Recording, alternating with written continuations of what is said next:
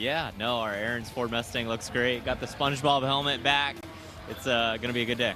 Look at that! Look at that helmet. This is a great helmet. Ooh, we got a little Patrick on there, a little Squidward. Yeah. Can't forget about SpongeBob. He's the main character. Yeah. For he's you, wheeling that thing. Tell us how you're going to win today. Well, we got a good starting spot, so only 10 more to go, but it's going to be about tire management and making it to the end. So we've done a good job of that first two, so hopefully we keep it going. I love it, man. NASCAR gave you a whole lot of power. How's it feel up under the hood? Great. Oh, I love that. Willie B. I'm brought RG3 with me. How you doing? What's up? How are you? Where'd RG3 go? Oh, there he is. Check out that jacket. You like the jacket? Look at this. Look at this number. I'm just.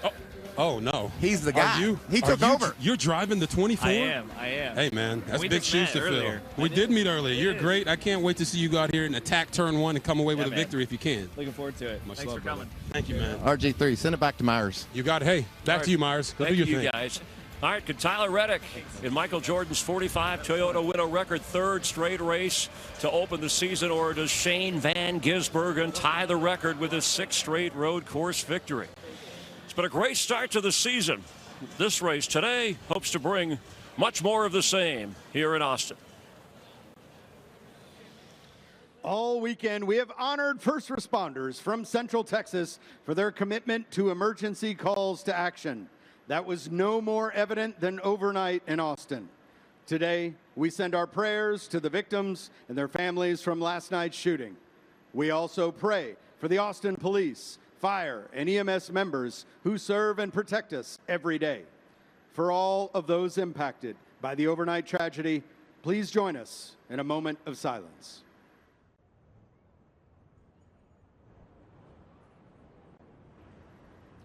Please rise as you are able. Remove your hats, and veterans render a hand salute as Austin Travis County EMS Color Guard presents our nation's colors. Here to offer today's invocation, please welcome Austin Travis County EMS Clinical Specialist, Tim Morrison. Would you bow your heads with me, please? Father God, we thank you for this day and for bringing us together at this track. We ask for your protection over every driver, give them steady hands, sharp focus, and bring them safely to the finish line. We thank you for these fans and for the freedom to gather and enjoy this great sport. Lord, watch over our first responders and military as they serve and protect as you do us. And above all, we give you glory for your Son, Jesus Christ, and for the salvation won through his sacrifice on the cross. Let today be filled with safety, sportsmanship, and unity, and let all we do honor you. In your mighty name, amen. Here to perform our national anthem, please welcome from the City of Austin Public Safety Strength and Conditioning Coach, Sebastian Olave. Oh, say, can you see by the dawn's early light what so proudly we hailed at the twilight's last gleaming, whose broad stripes and bright stars through the perilous fight o'er the ramparts we watched were so gallantly streaming, and the rocket's red glare, the balls bursting in air, gave proof through the night that our flag was still there. Oh, say, does that star-spangled banner yet wave o'er the land of the free and the home of the brave?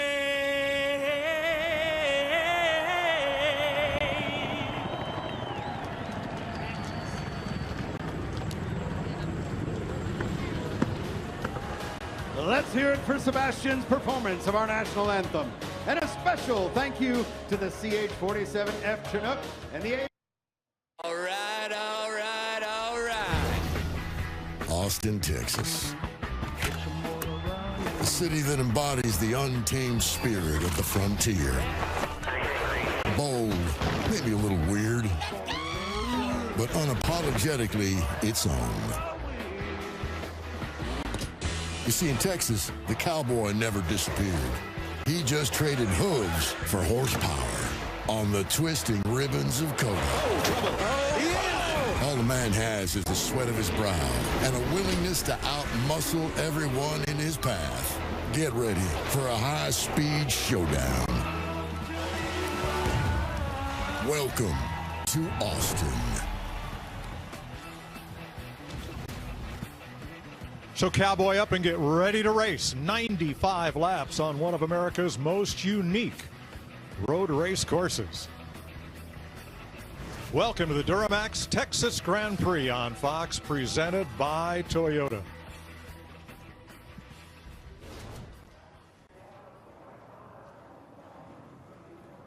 During pre-race, you've already met many of the favorites. Coming into Austin, there are road course specialists like Tyler Reddick, who's finished top 10 every race here. William Byron's led the most laps here in the 5 years we've raced here. Three-time road course winner, defending champ Christopher Bell. Alex Bowman, top 10 every time we've been here. Chris Buescher, most top 10s in road courses in this 7th gen car. And of course, SG. Hi, everybody, and welcome to Austin. Mike Joy, Kevin Harvick, Clint Boyer with you. Unique racetrack. It's 3 tracks in one. The high-speed, high-risk section, the hit your marks technical section, and the stadium section where you can slide around and take chances. Well, that makes it really difficult on the drivers and the teams, because where do you want to make that speed? How do you make that speed? Where do you make the sacrifices? So the drivers and the teams have a really difficult task of making that car drive right. I agree with you. It's difficult because it's high speed swinging left and right through those S's, and you get over there in the technical section. If you set up too much for that, the balance over in the technical section, the old girl doesn't want to turn. So very difficult to balance. Also, don't forget the added horsepower, ladies and gentlemen. There's been a lot of talk with these drivers about rear grip issues and fade, tires giving up. All right, folks. Let's get this Texas size party started. We'll go trackside. Circuit of the Americas, here to say the most famous words in motorsports. Please welcome Chief Executive Officer at Relodyne, Eric Royce. All right, now, Austin, on behalf of DuraMAX, Relodyne, it's my honor to say, drivers, start your engine!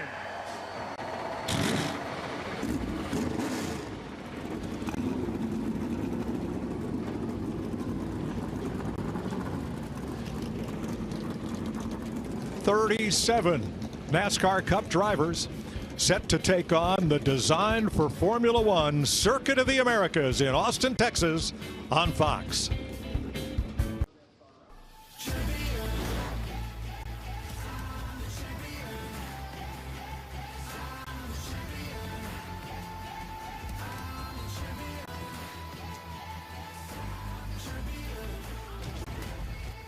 Welcome back to the DuraMAX Texas Grand Prix, powered by Relodyne.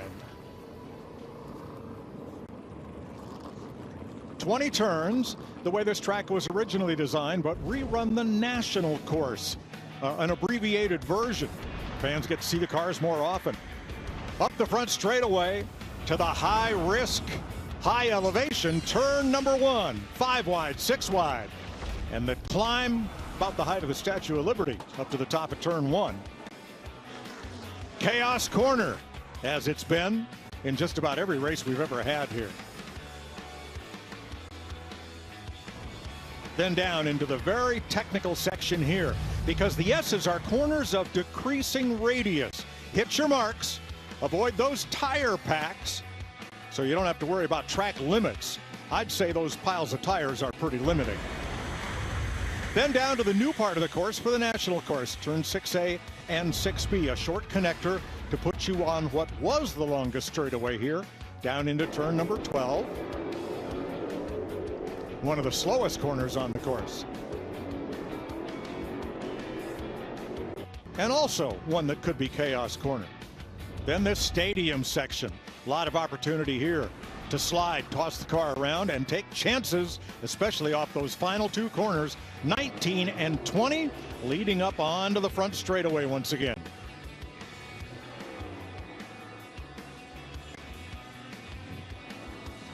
Now, should you exceed track limits by going the far side of those tire packs, there is a stopping place where you must come to a complete halt and then resume if you were caught shortcutting the course.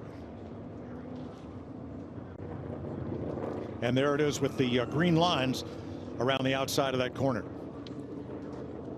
So who has the hot hand? Well, SVG on road courses in general, but Tyler Reddick with his start to the season.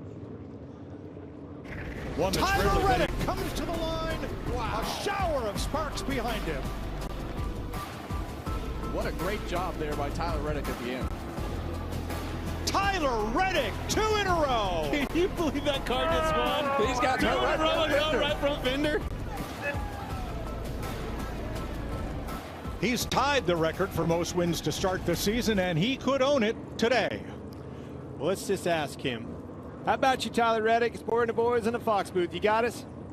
Yeah, I got you.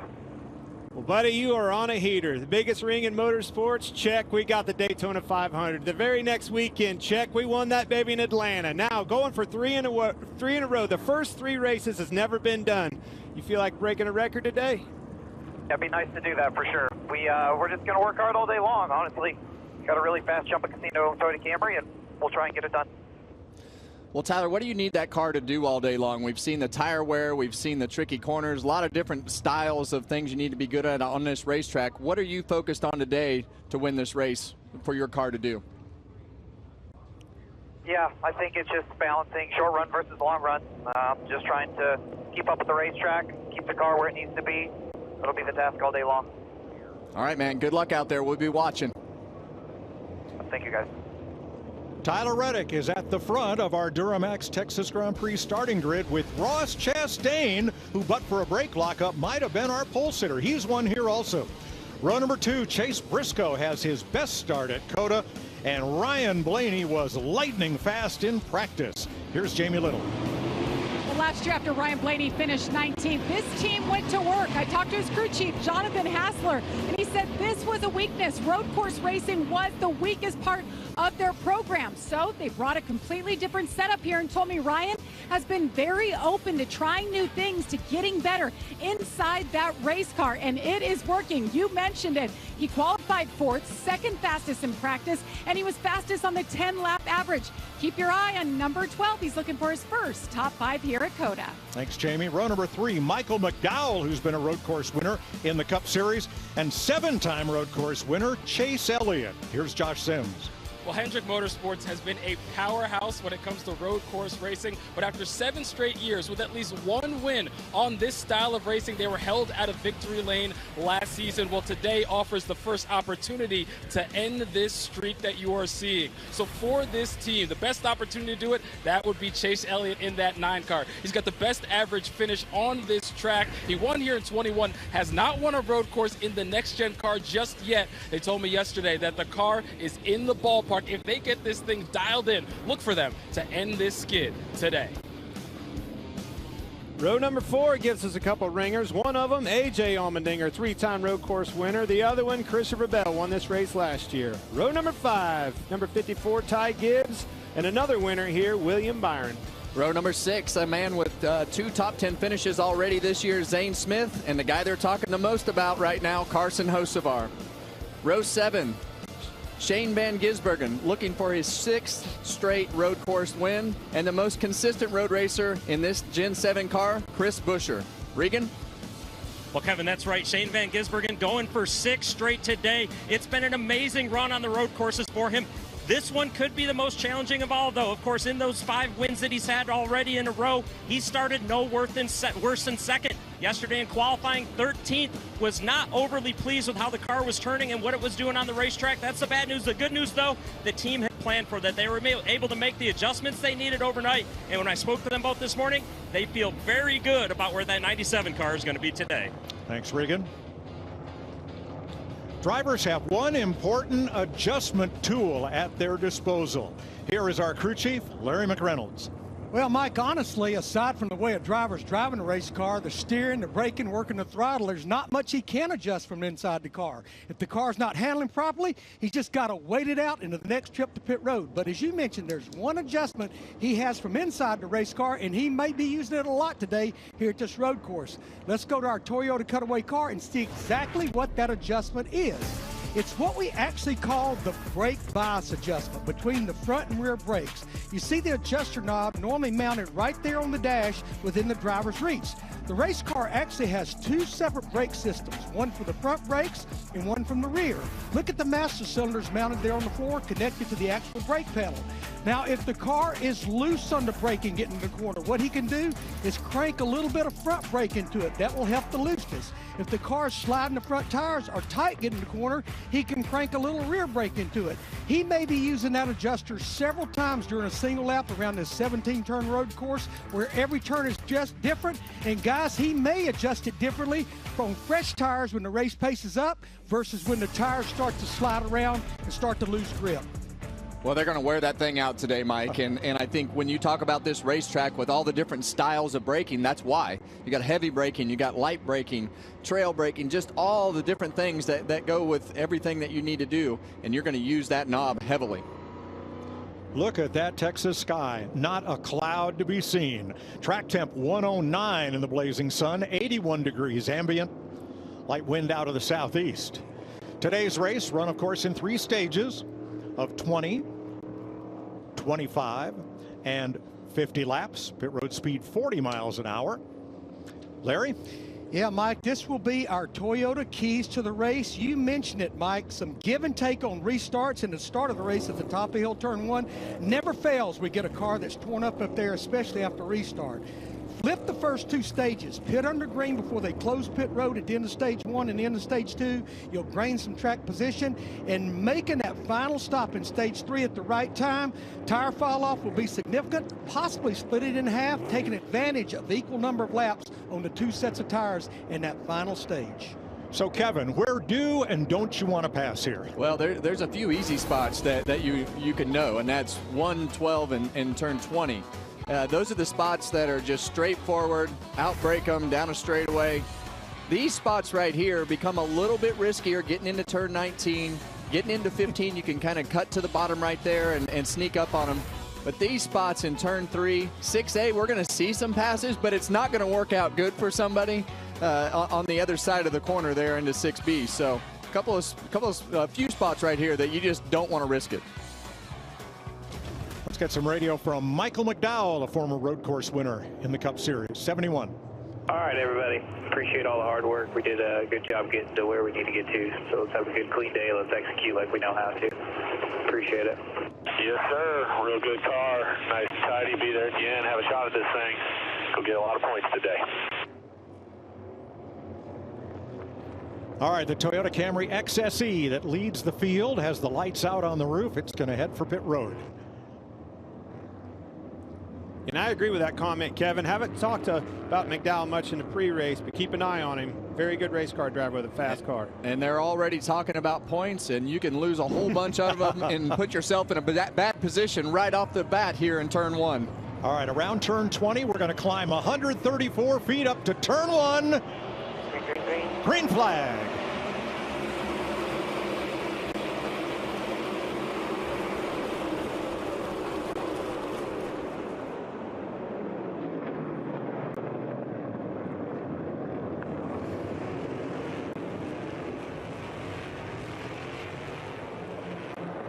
Three wide at the front. Chase Briscoe swung really wide in turn 1, but all that did was just clear him the lane. He's your leader. Yeah, well, there's not a better sight, but here's the section that gets really tricky to run side by side. You see one car right there in the back wants to get around that pylon. That looks like AJ Allmendinger right there.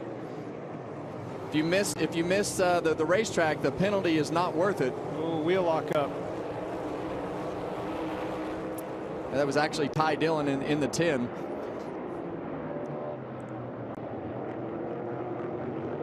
Dive down to the inside for William Byron. Takes him 3 wide. With There's Hocevar and SVG looking at the Allmendinger. inside. Look at that crossover move. Gained me a couple right there. Well, and he wants to get going, and you see a battle for the lead right here between Chase Briscoe and Tyler Reddick. You can run outside anywhere you want in these sections of the racetrack. There are no limits on the track other than in the S's. And Tyler's going to push hard to try to gain that track position, that clean air that he gave up at the top of the hill. Him and Chastain got high, opened the door up for Briscoe to thank you very much. Drive right around him on the bottom. We see that a lot up there. Here comes Chastain to the inside. He wants second in turn 20. And we're seeing all these guys be really aggressive right now, trying to make passes while the cars are all bunched together before they get strung out. And we talk about Ross Chastain right here. He's a previous winner. We know that he can get the job done here at COTA. Crossover move by Reddick, trying to take it back, but here we go into that dangerous area to pass. Let's not forget about yesterday when we saw these Toyotas take off. They didn't have a lot of takeoff speed. Yes, and sir. you know, we're seeing Tyler struggle a little bit right now. He's got the track position, so he has the ability to not lose many spots and get himself buried. But that car was very good on the long runs yesterday. And slow. To your point, if anybody was a little bit off on a short run, it was the 45. And we don't really know where this is all going to wind up as far as how much fall off we have and how far will they fall off. So, you know, you have to be able to see what happens this first run and know what you need to do after that. We're watching Van Gisbergen right there in front of A.J. Allmendinger and the 24 William Byron, up 4 positions already. And he doesn't want to lose sight of these leaders. He wants to try to get there as quick as he can to maintain himself in sight with that lead pack. 4 positions in 1 lap. That ain't bad. He's okay at this. I'm going to go back to qualifying for Shane Van Gisbergen. He was 20th, folks, 20th on the sheet, and right at the end, he went for 1 more lap, and it bumped him up to 13th. That's a huge difference in the outcome and the start of this race for him. That was a big lap. Well, he's very confident on these road courses, but winning the race yesterday in the O'Reilly Series definitely, that doesn't hurt. I know the cars are totally different, but every time that we talked about it with Kyle Busch last week, and you can win on Saturday and have success, is Christopher Bell to the inside of Chase Elliott. Bell in the 20, last year's winner against Elliott, a former winner here. Chase Briscoe out front, still looking for his first top 5 finish here, but he has 9 road course top 10s, 1 of every 3 starts, and finished 7th or better in 60% of the last 5 road course races. And when we were at Stewart-Haas Racing with Chase Briscoe, I feel like his stats probably aren't where they could be. I think that he is one of the underrated road racers. I think he's been in a position to run really good. And that's your Toyota driver profile. You know, I heard your picks at the beginning of the race. Can't disagree with any of them. My eye is on Ross Chastain, because who is in the very best position to learn from Shane Van Gisbergen? His teammate, and he proved it by qualifying outside pole here. Josh? Well, you guys talk about Chase Briscoe. I talked with James Small this morning, and he said looking back at the numbers last year, maybe they weren't there at the start of the year. They felt they were the strongest, though, on the road courses. They said Chase put in a ton of work in the offseason to get better, and that was the start of yesterday. They had to put in work. Felt the car was too tight at the start, got the car better by the end of the day, so they feel really strong about what they've gotten so far. They've been telling Chase, you're doing a great job right now. Well, you see in the back of this frame right there, that yellow car, Ryan Blaney. He was the fastest car throughout practice yesterday. He's run up on this group already. We'll see if that speed continues today. Well, Briscoe, to me, is a surprise. The last time we were here, he finished 6th, and that's his only top 10 finish at COTA. But here he is, driving away. That was in qualifying. He was like 26 or something in practice, way back. Where's he at? Where's he at?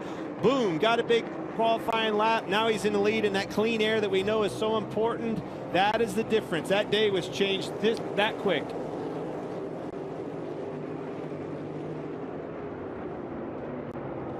Blaney to the inside of Reddick. This is for 3rd. Blaney has paced the Fords all weekend long here. And you see right there, he's just able to keep his car a little bit tighter and able to keep everything tidied up because of the way that his car is turning. And we'll show you Ryan Blaney's real results at COTA, sponsored by Chipotle.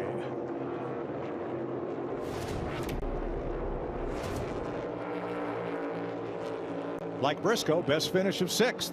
Well, and we heard them talk about his crew chief wanting to get better on the road courses, bringing something totally different this weekend. Had the speed in the car with the laps that we were able to run in practice, you know, to the 10 lap average. He was right there at the top of the board. So definitely have found the speed.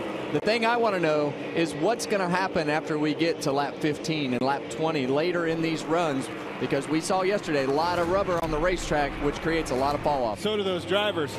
That's what they're all trying to protect right here. Manage these tires, because we know that the fall off is real.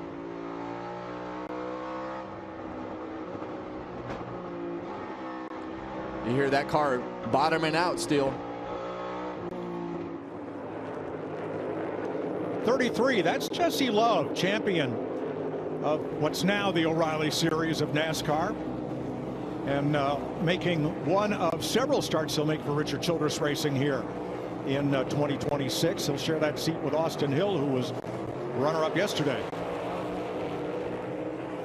Well, Jesse's done a good job. I think for him, he's been able to run a few of these races now and getting back to a track that he's able to have some experience on. Going to get into the 60 car, Brian Prix right there.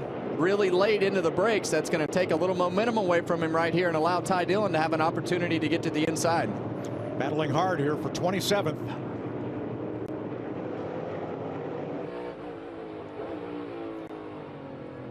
Ford Racing Cam on board Brian Prix. Yeah, getting a little bump and thump. A lot of contact right there. All clear. As we ride on this Ford Racing camera, you hear Ryan really short shifting that car, and that's a common trend at this racetrack to try to keep the rear tires from spinning. He gets a little wide. Right side, looking clear, clear. As they head into turn 19, Jesse Love in the preferred line right there. You want to be all the way over that curb, and he's going to... I think it's because Priest was protecting through there. Well, that 19 curb has what we call a hot dog curb, and you actually want to split that curb, so you want to be all the way over to the left right there so that it doesn't bounce and get you too wide on exit. That's my point, though. The 60, looking to the inside again, 60 was protecting through there, and that's why he was offline.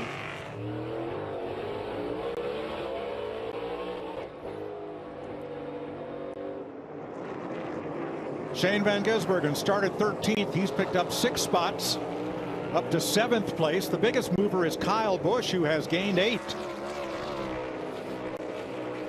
And what we expect the most out of Shane today is on these long runs. He has an ability to really protect the rear tires and keep his car from falling off as much as all the other competitors. So you see him catching this group in front of him, and the longer this run goes, the stronger he will get, we predict, as we think about what he's done in the past. Regan?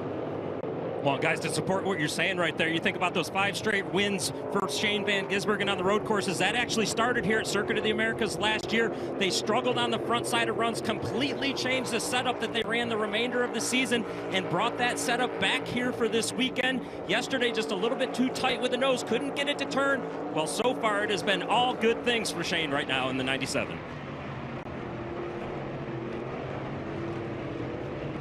Back up to 2nd place, where Ryan Blaney is tracking down Briscoe. It's been a good weekend for Ford in the Truck Series.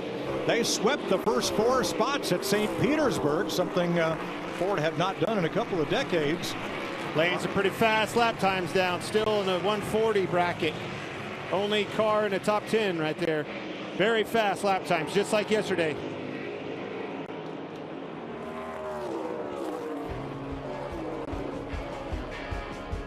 Seven complete in stage 1 at Circuit of the Americas.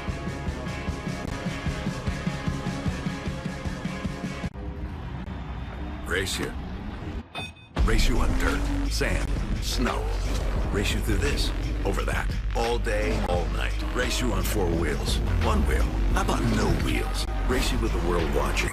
this guy watching. Race you to the summit. Maybe not that summit. To sub 7. Any event, any terrain, anytime. Race you.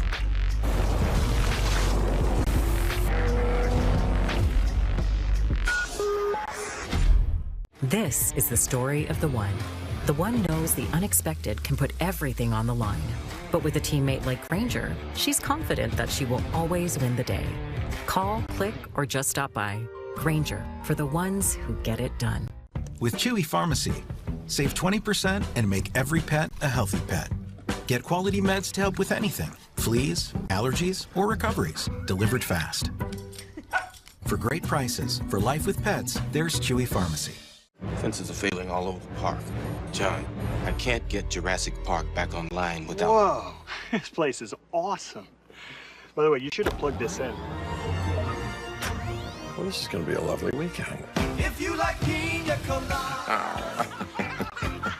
I'll take it. My arms are longer. Do the roar again. A whole new species of Wi-Fi at the same price for 5 years. Unlike other value meals, Arby's new $7.99 meat and 3 box has 3 sides, not just one. It's more meal for your money. Seriously, it's more meal for your money. Oh, where'd that come from? Arby's, we have the meats. So, Jessica, is there anyone you like? Like anyone here? Oh my gosh, let's do Home Quote Explorer. Yes, it helps you shop, quote, and buy the right coverage for you, even if it's not with us. What do you think of this option? You look so good together. Don't hate me, I just told him that you're interested. You did not. Yes, I did. oh, I know. Let's prank call each other. That's not how that works, Jamie. NASCAR on Fox is sponsored by Progressive Insurance, revving up the savings on home and auto insurance. Chase Briscoe's led all 7 laps, but for how long? Ryan Blaney has been on Briscoe like a cheap suit. Yes, he has, and it's just that car is working so much better for him all the way through that stadium section, Kevin. That car is just turning a lot closer, a lot tighter corner in every single one of them. Yeah, his distance is just way less, but I mean, when you look at those shallow entries, he's over the curves, lower in the corners, lower on the exit, and to me, that is just a car that, like you say, is turning really well, but something that's going to benefit as we keep running longer and longer into this run. As long as it doesn't start getting sling happy over here and start sliding the rear tires. That's the balance of this track that you were telling us earlier. High-speed sections over here, laterally the car will start getting loose, and then when it does that, the only fix is to tighten it up to, for security over here. That's going to make that stadium section worse. Well, they've been able to drive away from Ross Chastain by 2.3 seconds. While the lap times from the start of the race to now have fallen off, about a second and a half. See Ryan Blaney looking to the inside right here. Another late move. Just you and him. And again, you can just see how much better that car is turning. I think he's finally, if he holds on right here, he's going to have the upper hand in the next corner. There it is. Yeah, and I mean, at this point, Briscoe knows how much better he is and gave him plenty of room to be able to finish that pass. Clear by 1, clear by 2. Maybe you can learn something while you can still see him. Better learn quick. So Blaney goes to the lead for Ford. Briscoe's Toyota second. Chastain's Chevrolet is third. A little further back, Shane Van Gisbergen has climbed to 6th right now, and he has the Xfinity fastest lap of the race, which was pretty much a given going in. And I think for him, he knows the chatter about this racetrack and where he qualified. And when you're on top of the game and you're expected to be the best, it motivates you when people think that this is the week. As you see a late dive right there, and those are the types of things that he's so creative with in making happen at the last second that will surprise people. Now, I like what Michael McDowell did right there. He gave Van Gisbergen the corner. That's a veteran road racer move. Get him to pass you where it's not going to hurt your lap time or his. Now, here's this morning's team meeting for number 97. We brought a great race car. didn't qualify quite like we wanted to, but I don't think that's indicative of what kind of car we have for today. It's going to come down to 3 things: exceptional communication, exceptional execution, and let's just go have fun. Like, I think there's been plenty in the last few days that reminded us that we're privileged to do this. So let's just go have fun, kick some ass. Stealing their beer, we're eating their chicken, all right? Hey, 97 on 3. 1, 2, 3, 97! Woo! Larry Mack?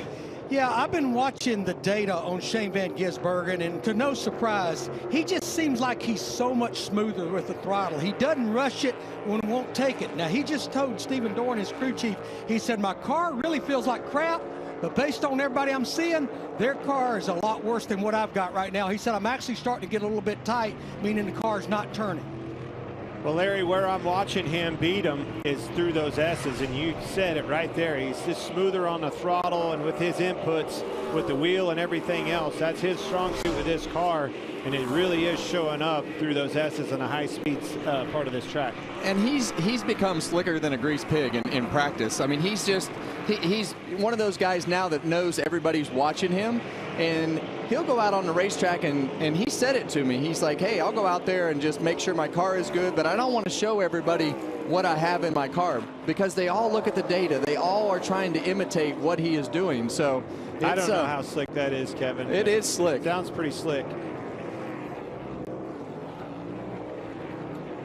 Ryan Blaney has now distanced himself from Chase Briscoe by 1.3 seconds. Jamie? Yes, Ryan Blaney picking up right where he left off in practice. And I was talking to his crew chief this morning, Jonathan Hassler. He said last year tire fall off was the biggest issue. And he said with the changes they brought here, he was looking forward to seeing the later part of this stage, exactly laps 11 to 20. All other crew chiefs, they were worried, concerned about it, because in practice they only saw 10 or 11 laps on these tires. But this team, very optimistic the changes they made will stick. But a new term in the NASCAR lexicon, and we've heard it a lot this weekend, tire deg. And deg is short for degradation, and we've heard a lot of drivers talking about it. Absent Van Gisbergen, of course. Well, and when I watch Ryan Blaney right here, the thing I like is his style is to get that car turning good, and he's able to climb the curbs and like we talked earlier, keep everything narrowed up and use that throttle. A lot of partial throttle here. So when that car is turning, you can just touch the throttle, baby the thing through the center of the corner, get it to that 3/4 mark of the corner, and then start trying to get full throttle. So if it doesn't fall off right now, he's got the pace. Well, let's dive into that a little bit deeper, Kevin. All right, you say he gets his car turning well. Well, typically what that means is you got to free the car up, be looser, but somehow his ability behind the wheel, his inputs with the throttle and everything else, he can keep the rear tires under him. And a lot of that is making the car drive to a driver's driving style. You want to say this guy's fast and his car's like this. Well, that's fine, but I don't drive it like that. And I think sometimes you got to fit into the driver's style to make it work. Ryan Blaney's last lap, 1.7 seconds off of his fastest lap of the day so far. Ford, Toyota, Chevy, Blaney, Briscoe, Chastain.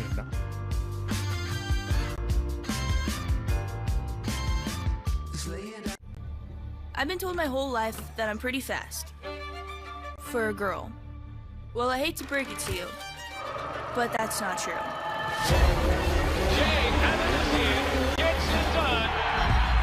Because with the right team, you write your own story. So no, I'm not fast for a girl. I'm fast, period. Wait a minute, get it how you live it. 10 toes in when we standing on business. I'm a underground methods, straight terror. Product of your order, the city with the big dogs. Better ingredients, better pizza. Papa John's. Pod's Epic Savings Event has been extended. Now save up to 25% until March 2nd and see why Pods is America's #1 container moving company. Whether you're relocating or renovating, save up to 25% at pods.com today. Thanks for coming in to talk about Doug Jr. Of course. 3rd grade is when I learned Liberty Mutual could save you hundreds by customizing your car insurance. Why don't you come sit with us? Oh, a little snug. Only pay for what you need. Liberty, liberty, liberty, liberty. The Bush Guide, cold and smooth survival skills. If red touches yellow, it'll kill a fellow. But if blue touches white, it's Bush. Light. Head for the mountains. We'll come back later. Imagine if Fresh Sheet Day could become Fresh Sheet Week. With Downy April Fresh, you can climb into more freshness, night after night for up to 7 days. Downy breathes life into your laundry. Bro, look at this. Did you see that? Should we tell him? So bad. Oh my gosh. That's not funny. Stop. Do not listen to that. Thank you, man. I know how it feels.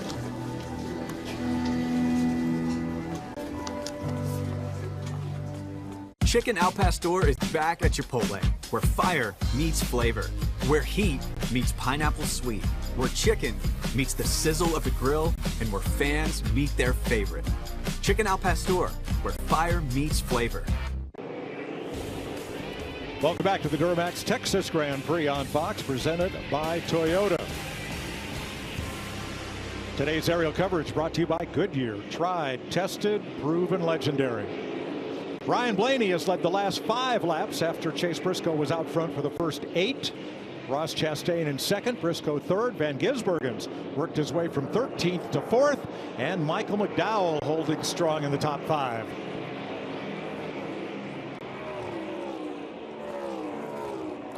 There's Tyler Reddick trying to win the first 3 races in a row, but he has dropped 6 spots since the start of this race. No conversation on the radio, just grinding it out.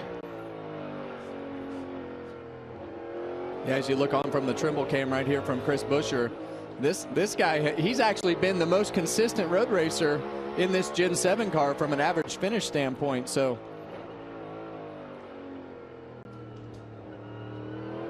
back there in 10th place.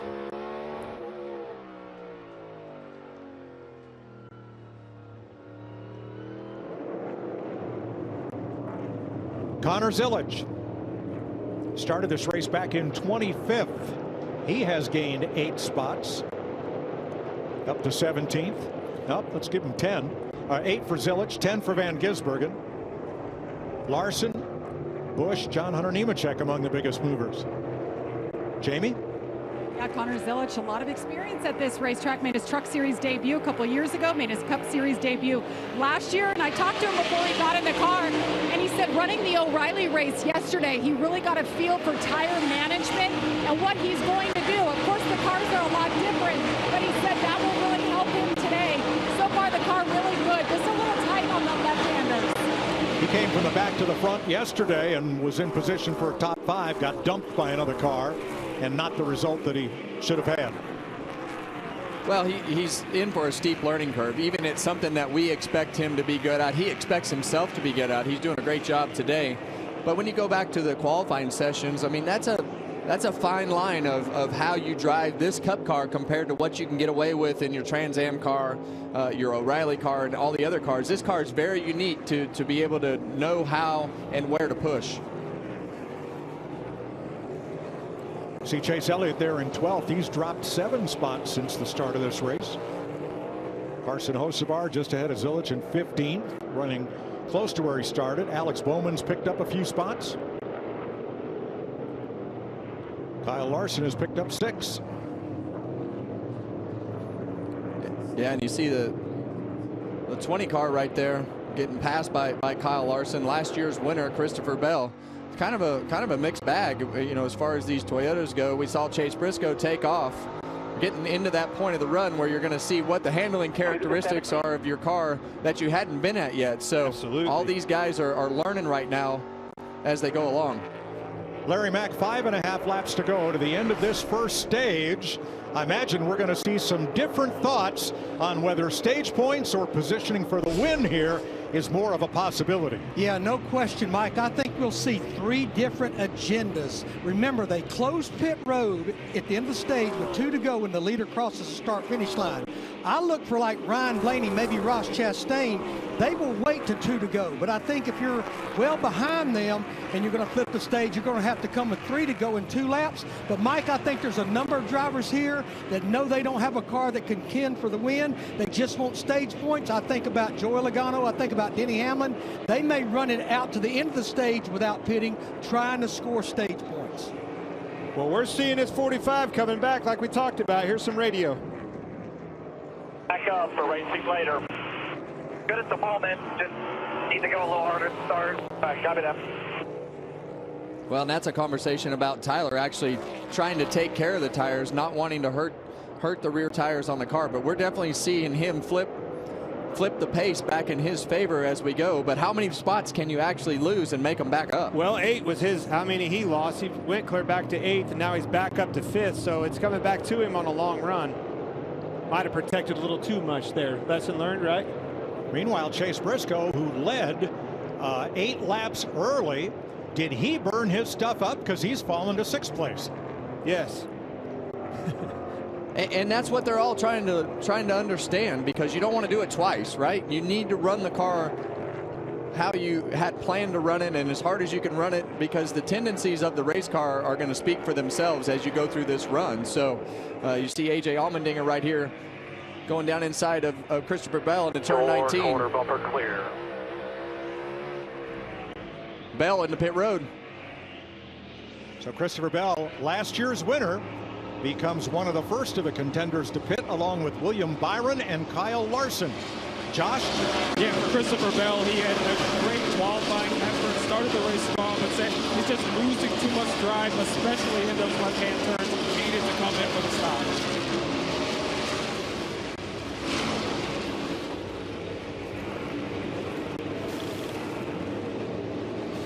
A 4-tire change and a fill-up with Sunoco race fuel with zero-carbon bioethanol.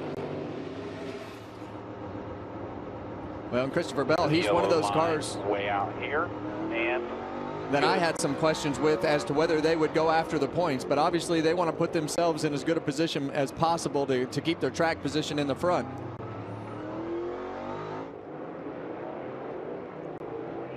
Ryan Blaney has opened up a huge lead, 6 seconds on Ross Chastain. And Chastain, 2.5 seconds up on Van Gisbergen. Yeah, now cycled to 3rd. Yeah, and it looks like SVG's car is kind of fallen off a little bit, so.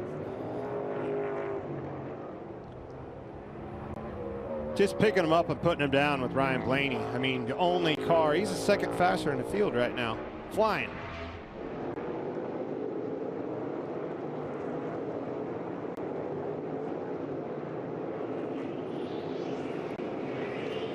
Well, the interesting part is going to be when these guys start pitting on pit road. We saw a few of them come to pit road.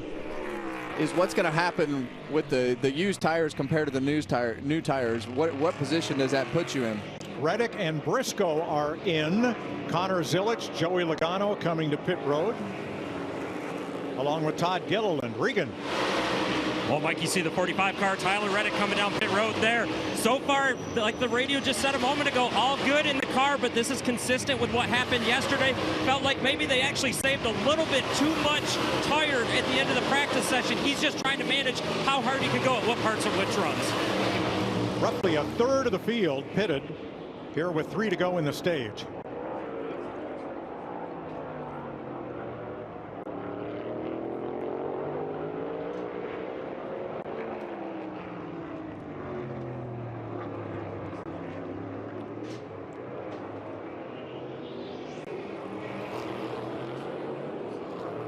I'm so impressed with the progress that this 12 car has made on the road courses, and just the way that how much different that car looks and the way he's able to drive it, Clint.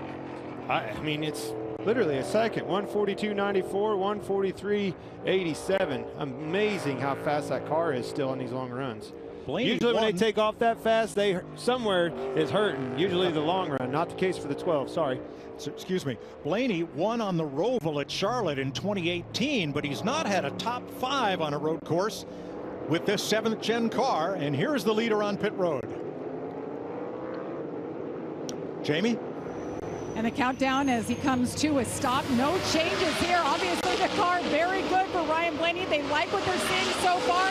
They'll fill it up in 4 tires for the 12. None of the rest of the top 10 came in, and pits are now closed with the new leader, Ross Chastain, going past start-finish with 2 to go in the stage.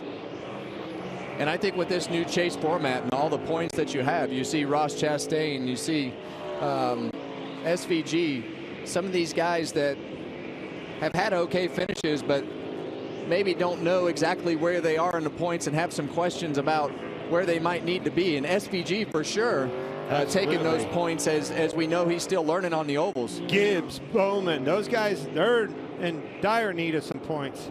Here's a good opportunity for them to get. Ross Chastain, 4 top 10s in 5 races here, including his win in 2022.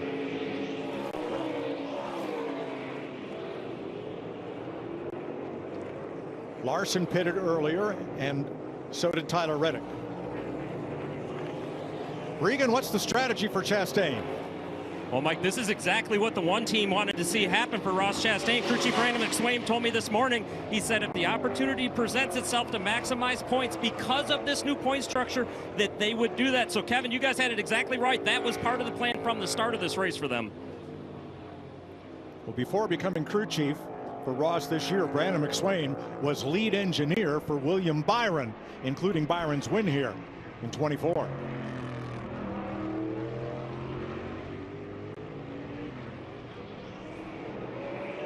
One to go in the stage right here, about a 3.5 second gap for the 97. But as we get done with this stage, you know, these guys that pitted, Ryan Blaney's going to have a couple laps on his tire. Everybody else is going to have 3 laps on their tires. I'm interested to see what's going to happen when we fire off into this next stage, when all these guys that stayed on the racetrack to collect those points are going to have those sticker tires. We see the fall off, Clint. It's creeping in on 4 seconds for these guys. Some of them already at 4 seconds. So there's going to be a balance of whether you can or can't stay out. Yesterday in the O'Reilly race, we saw all those guys pit with like 6 or 7 laps to go. So this is going to be interesting at the start of stage 2. But right now, Ross Chastain out front, looking to win this stage and take those points home. So as you see on our pylon, of the top 22, the only one who's been to pit road is Blaney, currently 14th. So 21 drivers have not been to pit road.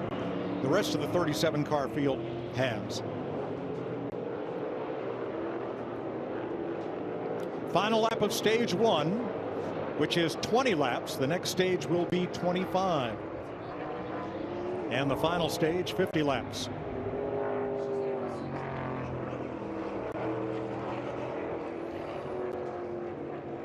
Ross always been good at this racetrack. Got Trackhouse Racing's first win here. Qualified on the front row today. Track he's very comfortable with. And look at that top 5, all past winners on road courses in the NASCAR Cup Series. Turn 20 and headed for the green and white checkered flag. Ross Chastain is going to get his 4th stage win on a road course. Van Gisbergen second, 2.5 seconds back. Micah McDowell, Chris Buescher, A.J. Allmendinger, the top 5. Gibbs, Bowman, Elliott, Hocevar, and Hamlin will each get stage points. But Ross is the boss in stage 1. You have a funny accent in Daytona. I feel strange. It is way more difficult than being here as an owner. Who's the best driver in the world? You're rewarded for aggression in an Indy car. I fell asleep, crashed off the road. You fell asleep while you were driving? Do you think NASCAR drivers get the international recognition that they should? I got my first decent check, and I went and bought like some stupid fast pickle fork boat. I remember that. They're not having any fun, are they? Check it out. It's the all-new Fox Sports digital show Speed with Harvick and Buxton, fueled by Poet. Subscribe on Fox, on YouTube, the Fox Sports app, or wherever you get your podcasts. Looks like you guys aren't having much fun. Oh, we're having a great time being able to talk to all those great race car drivers and racing personalities. So it's been fun so far. Our Toyota Racing Cam Ty Gibbs giving us this view from 6th place as they come around. The first 13 cars did not pit. Then Blaney, who pitted from the lead. Then the next 3 who did not stop. And that we saw a lot of cars that weren't going to score points that stayed out. We would have most likely not seen that in the past. That tells me that the tire wear for this race is very much on the minds of these teams, and being able to make it through these runs and not have a bunch of positions lost with that fall off. So they're concerned about the tires and keeping that pace in them and not putting too many laps on them. Another Toyota Racing on board, this one on Christopher Bell's number 20. He is 28th. He is 7th or 6th of the cars that previously pitted. Ross Chastain leads them onto pit road. Jamie? And Michael McDowell comes in 3rd of 3 spots from the start of the race. Got tighter as he ran there, but they gave him information and said, Ryan Blaney, best on tire fall off. We're not bad. Small adjustment here. He told the team, hey, I can't keep the rear tires on it. We need to make a huge swing here because we are not good. So look for some major adjustments for the 9, Regan. The 1 car, Ross Chastain, just needs drive off, meaning he can't get the power down as well as he wants to. 97 to Shane Van Gisbergen may have gone a little too early, too soon that run. Yeah, and you saw right there, Ross Chastain lost the lead because he stalled the car, leaving the exit of his pit box. Long stop for Brad Keselowski, who is still on pit road.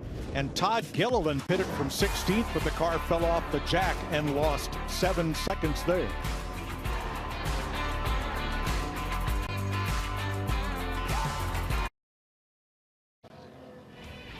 Live at Austin, Texas, time for a high-speed race break sponsored by AT&T with Jamie McMurray, Chris Myers. We're trackside, sort of. Well, we're trackside. We're just way up. Way high. Way high. In fact, we are over. We could see all 1,500 acres of this layout from where we are. And just, yeah, the fans, they come up here to, the cars, they look like my Hot Wheels track. They're going around. I can't believe they sell alcohol up here.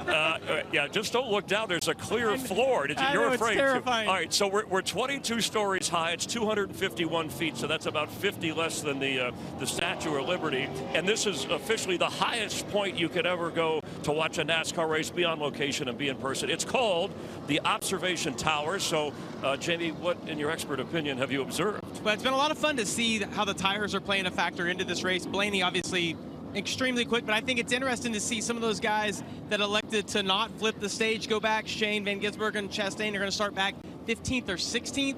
We're going to find out exactly how much tires are worth. Even though those guys that flipped it only have 2 laps on them, it could be a big difference here. We talked a lot about his teammate, but of course, Ross Chastain, his first career win here, his first win for Trackhouse, a guy to keep an eye on. And by the way, this is 419 steps. So do you want to walk down or take the elevator? Well, based on the amount of barbecue I saw you eat earlier, I think you should definitely take the steps. I'll run down, as a matter of fact. Let's run up to the booth.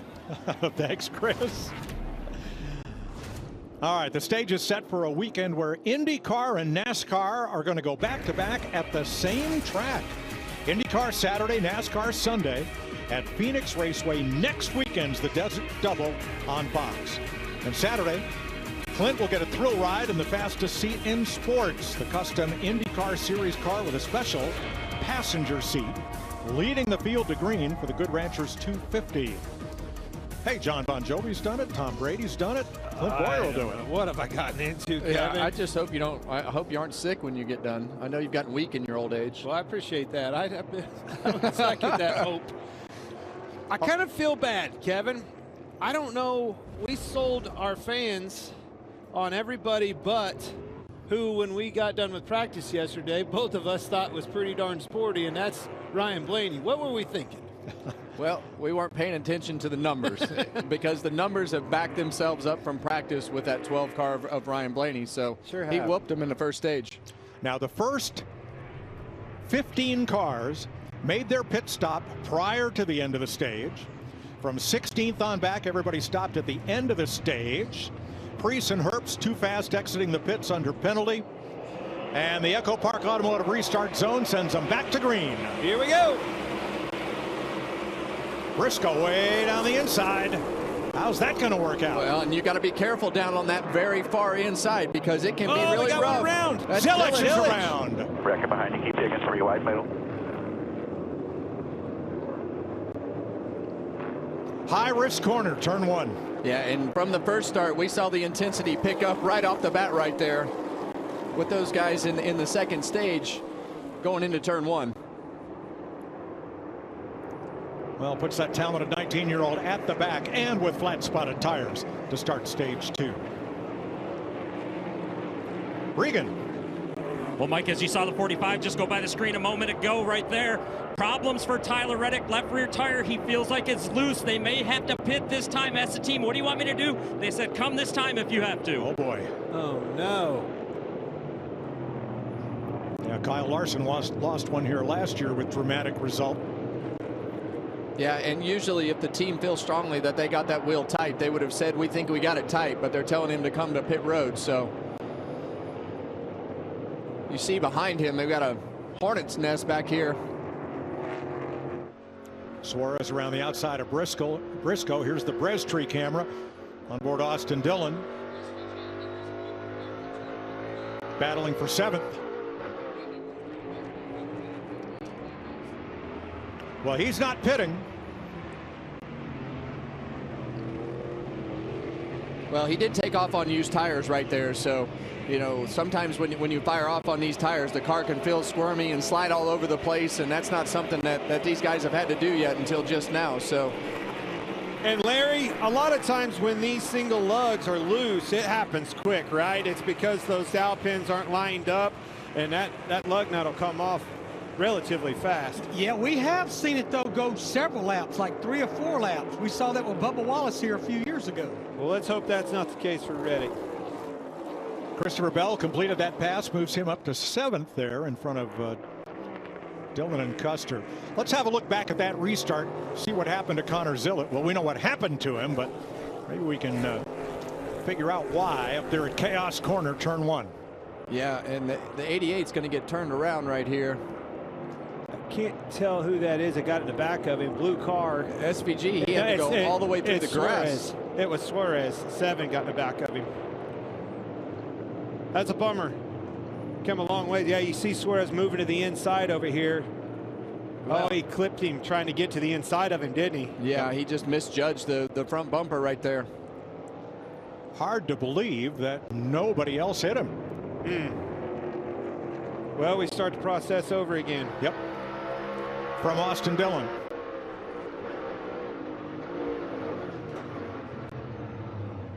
Close call there. I did a great job.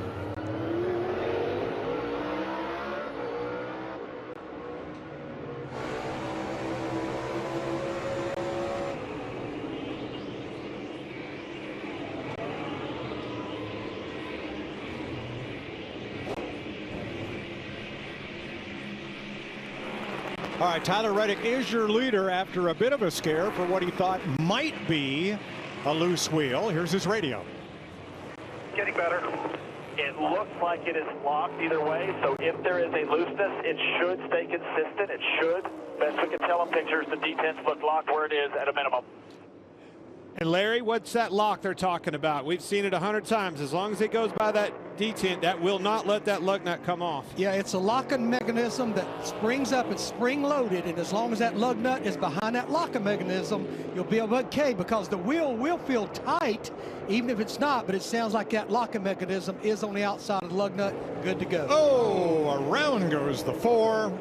Noah Gregson against the wall, and he'll get away. That's in between 6A and B. Yeah, and that's the passing zone that we talked about. That was a high risk right there. Don't do it, right? Yeah, somebody never comes out on the other side. Now, he was the last of the drivers that had pitted before the end of the stage and was running 16th when he spun. And honestly, Tyler Reddick has had a busy week, not just winning Atlanta, but one day later, he stayed in Atlanta and drove World Heavyweight Champion CM Punk to WWE Monday Night Raw. CM Punk helped Reddick celebrate his first 2 victories of the season with a dramatic entrance and hey, how about a championship belt? Oh, cool. Good burnout, too. Yep.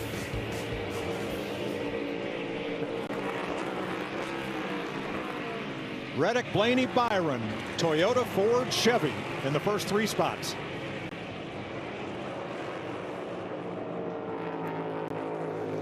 we've heard a lot of chatter, and Tyler Reddick being one of those guys that talked about how much speed they had taken off. And I think we're going to see a lot of adjustments with guys as they go into this second stage takeoff right here as to how hard they need to push their cars.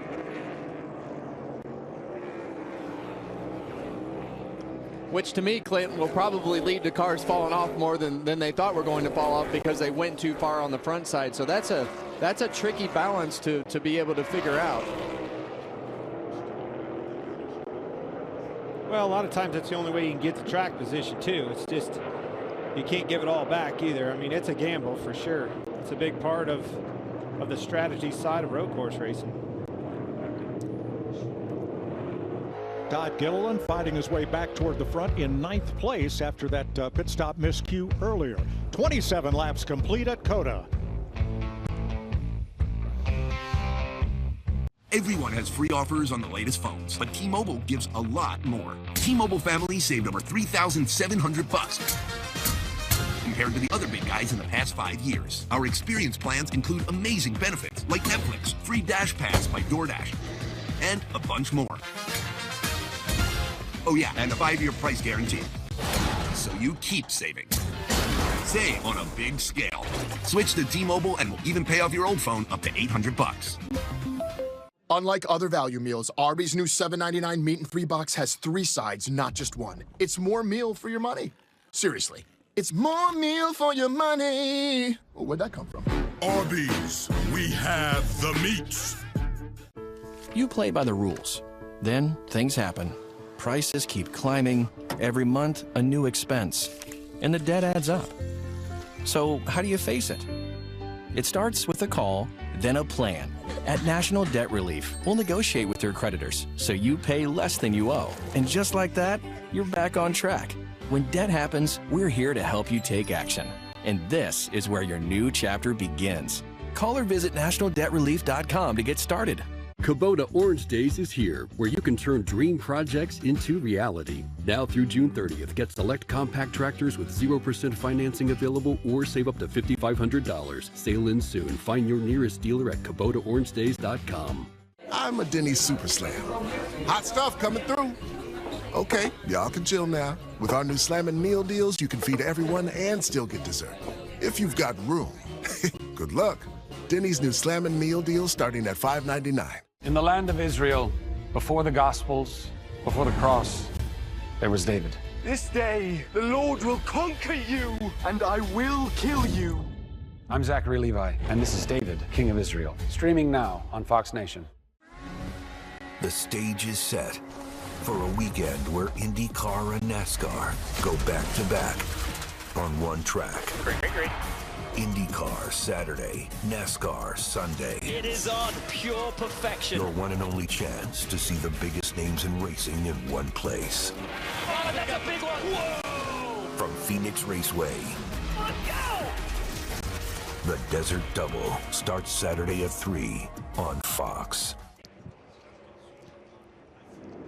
Welcome back to the DuraMAX Texas Grand Prix, powered by Relodyne. Tyler Reddick back in command. Ryan Blaney, William Byron, Daniel Suarez, and Kyle Larson, the top 5. All of them pitted before stage 1 was over. In fact, all the first 7 cars, and Todd Gilliland in 9th. Of those that pitted after the end of the stage, Shane Van Gisbergen and A.J. Allmendinger have worked their way up into the top 10. Well, I can tell you the one that I like the most, that I think was the biggest benefactor, is right here, Daniel Suarez in the 7 car, running 4th and running good lap times. He was 22nd before the stage end. That is a massive turnaround for their day.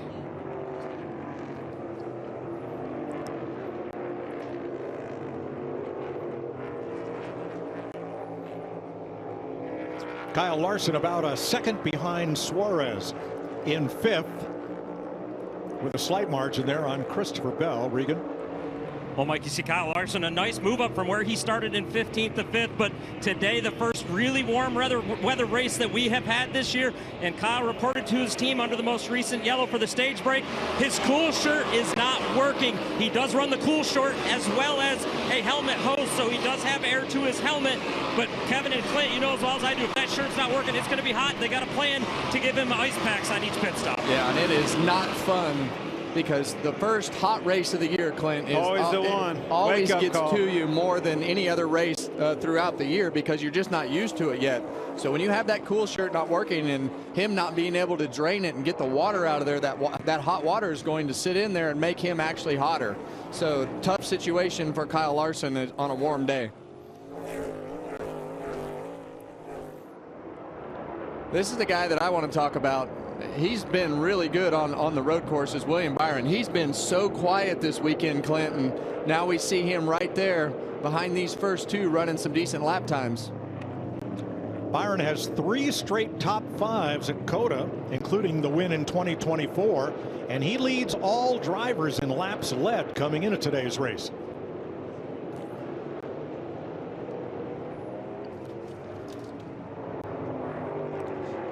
Teammate Alex Bowman sits in 19th right now. One of the drivers that pitted at the end of the stage was Bowman.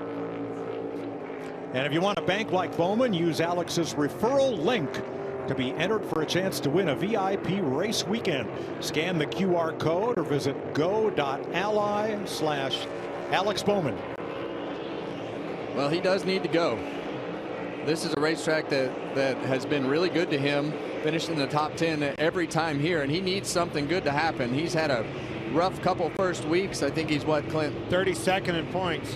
Yeah, 32nd in the points, but it has not been a great start to the season for Alex Bowman, and sitting back in 19th, not living up to the expectations that they have coming into this weekend. Of the drivers that pitted at the end of the stage, he is 8th of those, led by Van Gisbergen.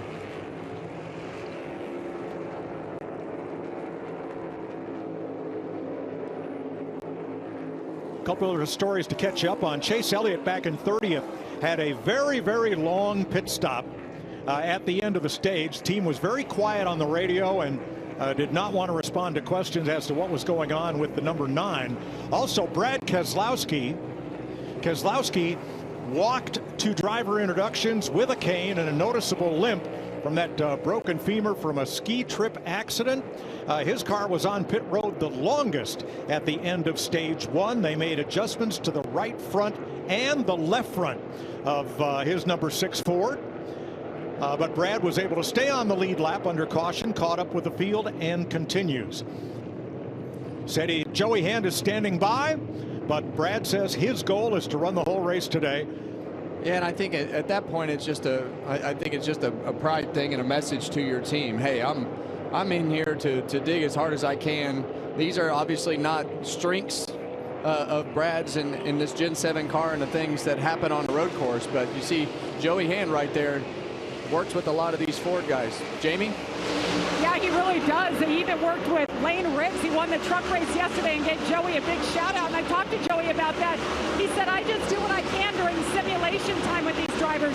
He's even giving nuggets to Brad Keselowski, who obviously is struggling and the car is not to his liking. But I asked Joey about him maybe getting in the car today, and he goes, you know, I have faith in Brad. He's determined to finish this race, and he goes, I'm just going to wear my shorts out here so I know I'm not getting in the race car. Yeah, notice he's not suited up for duty. It wouldn't take him long. Oh, no. Tyler Reddick leading Ryan Blaney by half a second, with William Byron a further 1 second back. Suarez and Larson complete the top 5 after 32 laps.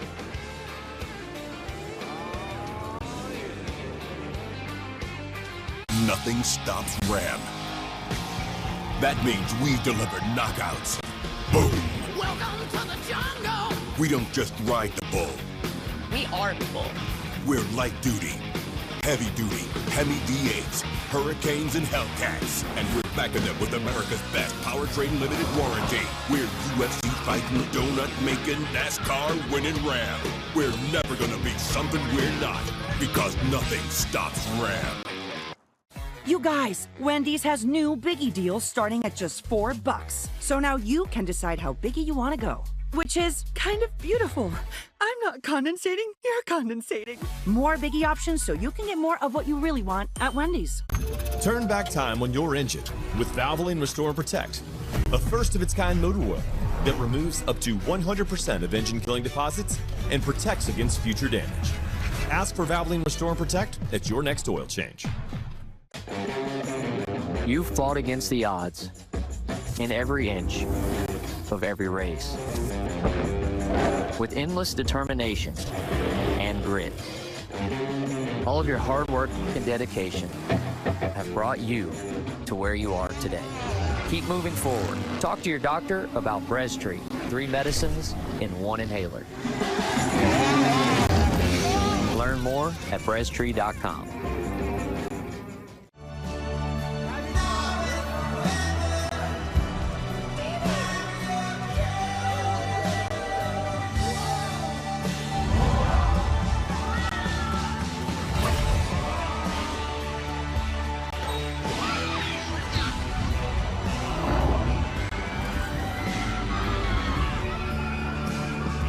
Parks. One vacation that changes everything. Universal Orlando Resort. Welcome to Sunday at Full Throttle. Oranges don't whisper. They roar. This is where you remember what it's like to feel something. Heart racing with your people. Screaming your damn lungs out. Let's go! So America, start your engines!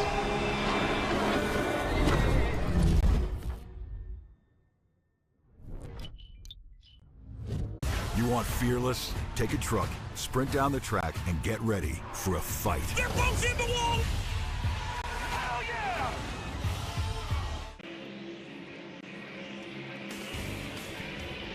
Welcome back to the DuraMAX Texas Grand Prix on Fox, presented by Toyota.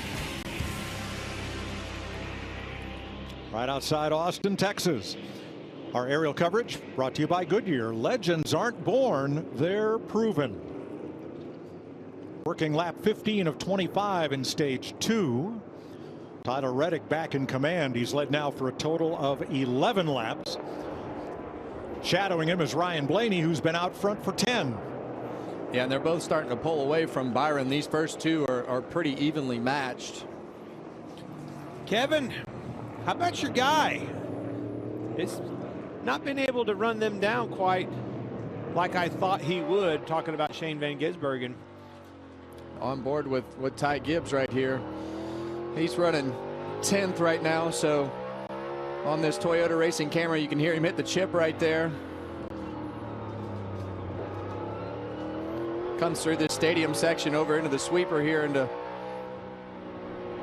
17 and 18.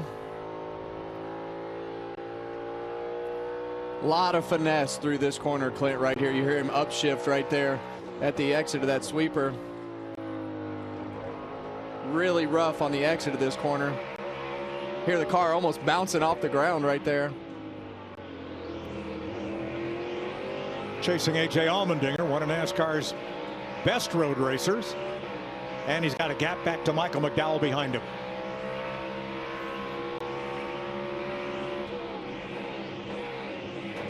We're going to go for a ride with Chris Buescher. Here's the Trimble foot cam as he makes a move to the inside. Still there. Still there on your right side. On your corner. Clear. Passing Cole Custer. Now, Buescher is not your traditional road racer. Watch the hand movement as he goes both hands over to the left side of the wheel in those left turns. Has to come back for the shifter, but you know what? It works for him, and that's the important thing. Well, the thing I'm the most interested in are his feet. And it really shows you how much work that these drivers have to do. And these cars are so sensitive with the modulation of the brake. You see them going into 12 right here. And that's the typical braking style. Heavy braking, and then you bleed out. And that lets the front of the car stay loaded to turn. But you'll notice that slow bleed out on those brakes to keep that front end loaded up. And I like that when he had a chance, he gave a wave out the window at Cole Custer. Thanks for giving me room as I went by.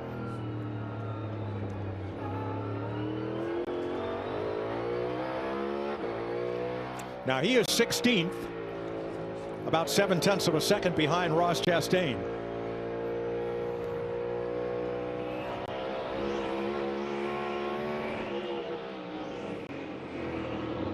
Now let's compare him with Christopher Bell and our Toyota Racing onboard camera of last year's winner.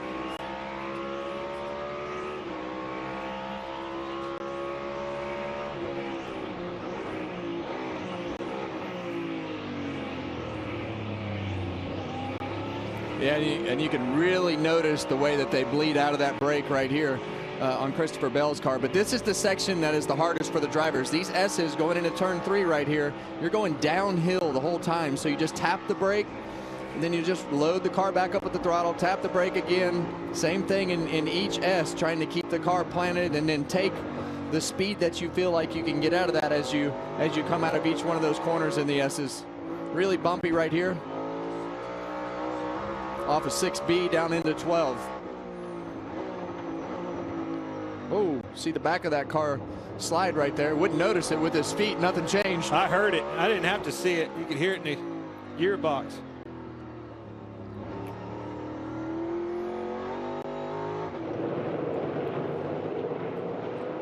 Van Gisbergen getting another spot from Daniel Suarez. There's your Toyota top performers. Tyler Reddick the leader, Briscoe in 6th, who led earlier. Riding with Christopher Bell in 8th, Ty Gibbs in the top 10.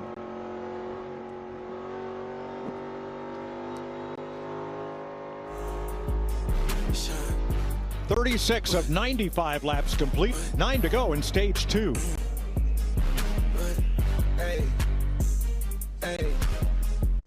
You know, WeatherTech isn't just for new cars. No matter how old or new your car is, it deserves WeatherTech. With laser measured protection for practically every car on the road, we've got you covered. Because messes don't care what year your car is. Whatever you're driving, we got it. We got it. We got it. Got it. We got it. We got it. We got it. Oh, we got it. No matter what year your vehicle is, it deserves WeatherTech. Order your American-made protection today at WT.com. We're WeatherTech. You know we got it. It starts with Celsius. Fuel I can feel good about. I'm gonna need it. I'm training for life. From after-school pickups to meal prep to a 12-hour night shift. I don't have time to get ready. I've got to stay ready. Dawn Patrol starts with a Celsius. I got a whole day to seize. First it's cardio, then it's a race against the clock. Refuel. I've got 48 to do in 24. It's 4:49 a.m. Grab a Celsius, lock in. I've got a goal to hit and a deck to conquer. A party to be the life of and all the essential energy I need to do it. Chili's wanted to reintroduce the Presidente Margaritas to a race car audience, but that was pretty complex, so we came up with the catchy line.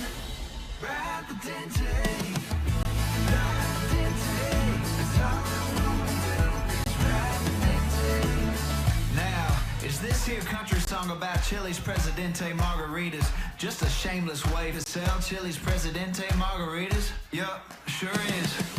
Presidente. Coming home to Febreze Plug feels like the best welcome home ever. Because Febreze has a microchip to control scent release, so it's first day fresh for 50 days. And a refill light, so every welcome home is delightful. All right, next we need a suggestion. Enchiladas. Sacrifice. Okay, great. Like how you don't have to sacrifice great coverage to save on insurance when you bundle home and auto with Progressive. Maybe something a little less specific. You forgot to say yes and. It's like Simon Says for them. To tell you the truth, we could take or leave the extravagance, the attention, the celebrity, the bragging rights, the bravado. Because all we've ever really wanted is for every Ford driver to feel this.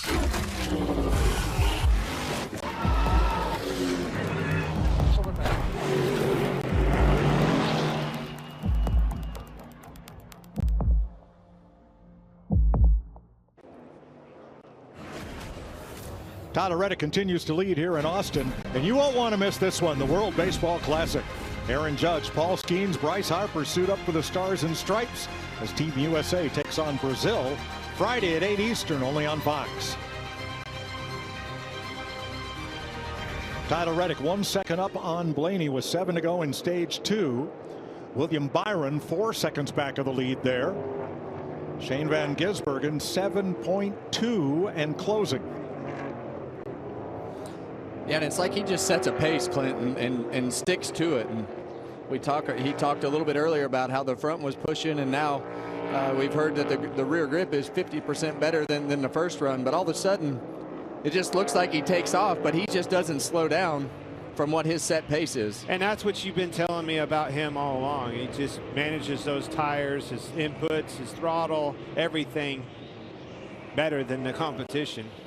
He is the only driver that stopped after the end of stage 1, now in the top 5.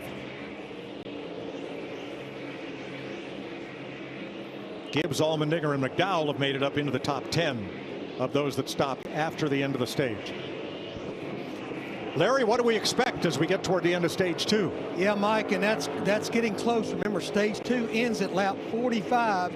And if you go back to stage 1, we had a number of drivers that pitted with 3 to go. Then we had some with 2 to go, like Ryan Blaney, who was leading. I honestly believe, with what I'm seeing right now, that if you're going to chase this race win, you're going to have to flip the stage. You're going to have to pit before it closes. Now, I will say the fly in the ointment could be a man we call SVG. He's got a good enough race car. He may can chase stage points. That last stage, we're going to go back racing. We're probably 46 laps to go. There will be at least one stop in that final stage. Stage 3 is 50 laps long. Twice the length of this stage. Yeah, and he's got a little bit fresher tires than Blaney and those guys up front, Reddick. But it seems like they're able to maintain pace. So whether that's track position or just the tire advantage. So Regan Ross Chastain in the 1 stayed out and won stage 1, but he's only worked his way back up to 15th in stage 2. Yeah, Mike, and completely opposite from what's going on with his teammate Shane Van Gisbergen. He has struggled mightily this run. Once he got back in traffic, he's too tight. He's sliding the fronts, no rear grip. Everything has gone wrong for this one car as they've gotten back in that traffic. Wow. Chris Buescher right behind him. 15th and 16th here. And that's very typical. When you get back in traffic, it doesn't do anything but get dirtier air. And when you're not a superior car, you get stuck where you're running. So it seems to be what happened with Ross. And the difference on that restart was SVG was able to get by a lot of those guys and make the passes and put himself in a better spot. Now Zane Smith has just come to pit road, and so has Brad Keselowski. Smith, one of only 3 drivers to score top 10s in both of the season opening races at Daytona and Atlanta. Whoa, careful.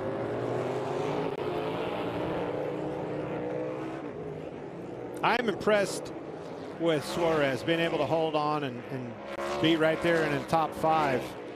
That was the risk. We needed to gamble to get some track position. You talk about, when I was listening to you talk about Chastain, Kevin, the other side of that equation and why you do that is Suarez.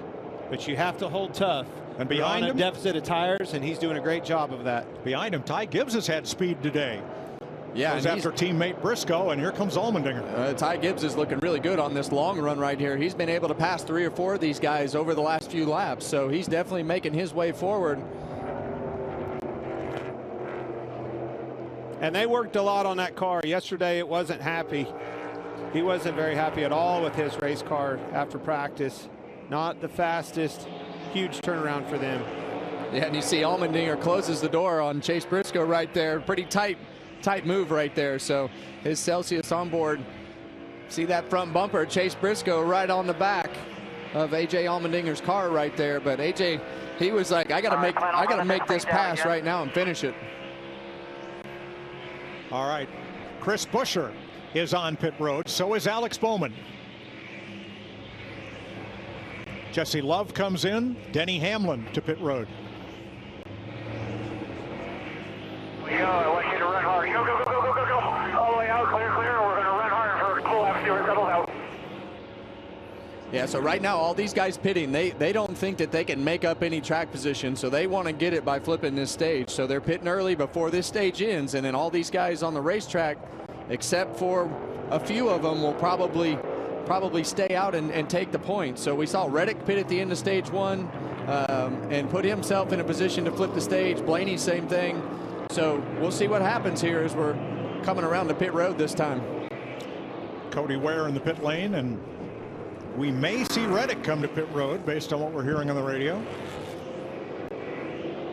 and give up the stage points to put himself in position for that never been done before three-peat of the first 3 in the season. Ty Gibbs continues to move up, 5th place with Suarez. And Alex Bowman will get a pass-through penalty for an uncontrolled tire on his stop. And here's the leader on pit road. Spin for Josh Berry, gets going again.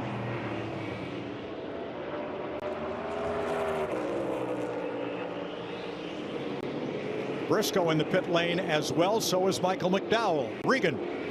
Well, Mike, there you see the 45 of Tyler Reddick hitting his pit stall. It's pit stall number 1 that he has. What every crew chief wants to hear from the driver, Tyler said the balance is good. Don't change a thing. Only thing he's asking for is a water bottle. That's all he wants. More than a dozen cars in the pit lane here with a couple to go in the stage.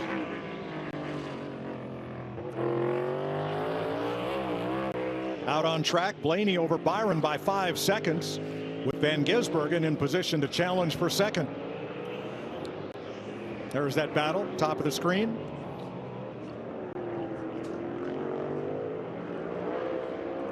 Well, that's going to put these guys in a position that's going to have a lot more cars in front of them this time. So the task to get back to the front of the field for Ryan Blaney, SVG, William Byron, and what will probably be Tyler Reddick leading this race is going to be a much bigger task than what it was the first time. And a lot more opportunity for things to happen as this field gets more aggressive on these restarts, just like we saw at the beginning of this stage 2.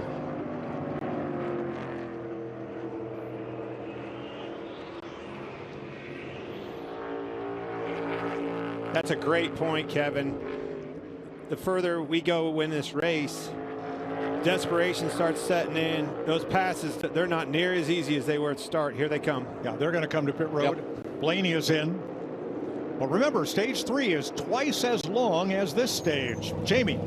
Ryan Blaney's led 11 laps today. Said he just got a little bit too tight and he was worse on the front stretch.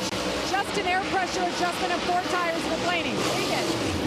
Shane Van Gisbergen in the number 97 having a great run back up through the field after, of course, pitting there on that last stage break. Right now, he's told the team that the car is much better this time, just giving up a little bit too much with the right front. That's the corner he's most concerned about right now. So 9 drivers have not stopped. As Blaney exits the pit lane. Coming toward the end of this stage. Yeah, so you're right there. Reddick way in front of these guys. So it kind of confused me a little bit there because Reddick actually pitted a lap sooner than the pits closing right there. So that threw me off a little bit. But those guys came in to keep themselves in position. But it worked out really well for Tyler Reddick to be able to keep the lead. Now look on the pylon at those drivers with laps since last pit over 20. They are the ones that are going to run this stage out, get the stage points, and then get ready. And just to correct that, that's going to put Tyler Reddick in the lead after this stage ends and all these guys pit. Right now, Ty Gibbs is the leader coming to the end of stage 2. And he's one of the drivers that started the day in a big hole in the point standings, 100 or more points behind the leader. Absolutely, 33rd, as a matter of fact. Well, you take the stage win right here, and you take the 6th place in the first stage. That puts yourself in a lot better position points-wise than where you were coming into the race. Now Tyler Reddick in 5th will be the first driver at the end of the stage who has already made this pit stop.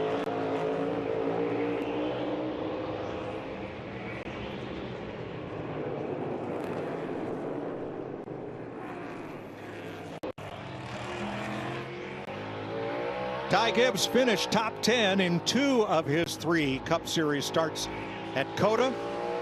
Finished second at Chicago last July in the street race. Jamie? Typically, Mike, this has been a great place for Ty Gibbs, but yesterday in practice, he was struggling. 35th overall, but they didn't panic, came out, had a great qualifying effort in the top 10. They changed a lot of things on this race car, and it's been good for him today. Hasn't said a whole lot, but this right here was exactly part of the plan. Maximize points today and get out of this hole. Final lap of stage 2. Gibbs 3 seconds up on Allmendinger. Suarez and Todd Gilliland overcoming that pit stop miscue earlier at lap 17. Larry, one of the biggest what ifs here that I'm trying to figure out is what Suarez did. They gained all that track position that last time, got established with the leaders, but they didn't pit right there with the leaders. Well, we know a lot can happen in that final stage, Clint. We had 24 drivers that flipped this stage. I do not think you can come back even in that 50-lap stage and win this thing by staying out. Yeah, right now they're in position to collect 8 stage points, but I think they've taken themselves out of the position to win this race. 9 drivers did not stop in these last couple of laps here. Ty Gibbs will get his first stage win on a road course in the NASCAR Cup Series. A.J. Allmendinger 3 seconds back. Daniel Suarez another 3 back. Todd Gilliland and then Tyler Reddick.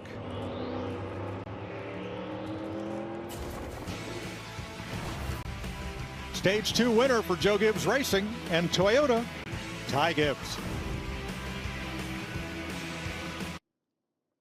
What a start to the season for No kidding. 23-11 in general, and Tyler Reddick winning the first 2 races with you know, a historic moment, and it was big. First driver to win the first 2 races since Matt Kenseth did it in 2009. New episode every Tuesday and Thursday for NASCAR's #1 on the charts podcast, Kevin Harvick's Happy Hour. Talking about 23-11, they run 5th and 6th right now. In fact, drivers that stopped before the end of the stage and got stage points. Reddick in 5th, Blaney in 7th, Byron in 9th, and Van Gisbergen in 10th. So you flip the stage and still got stage points. That tells you when your day's going really good, you're able to to do both of those things. Brian Prix having cool shirt issues. One of a couple of drivers. As things are pretty hot. What are we, mid-80s today? And not a cloud in the sky in Austin, Texas. There is Prix and his Ford Racing Cam. And this is not the day you want that cool shirt to go out. Nope. No I way. can't stress that enough, because it is a full load of work, but it's hot, and the road courses just create more heat than the ovals. So wrong day for a cool suit to be bad. He is running 23rd.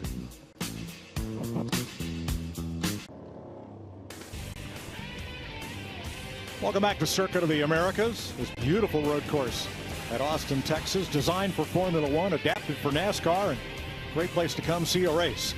Where Alex Bowman stopped by the Ally activation here to play some games, load up on some Bowman Bucks, and access the Ally Vault exclusive to customers. If you want to bank like Bowman, be entered for a chance to win a VIP race weekend, visit go.ally/Alex Bowman.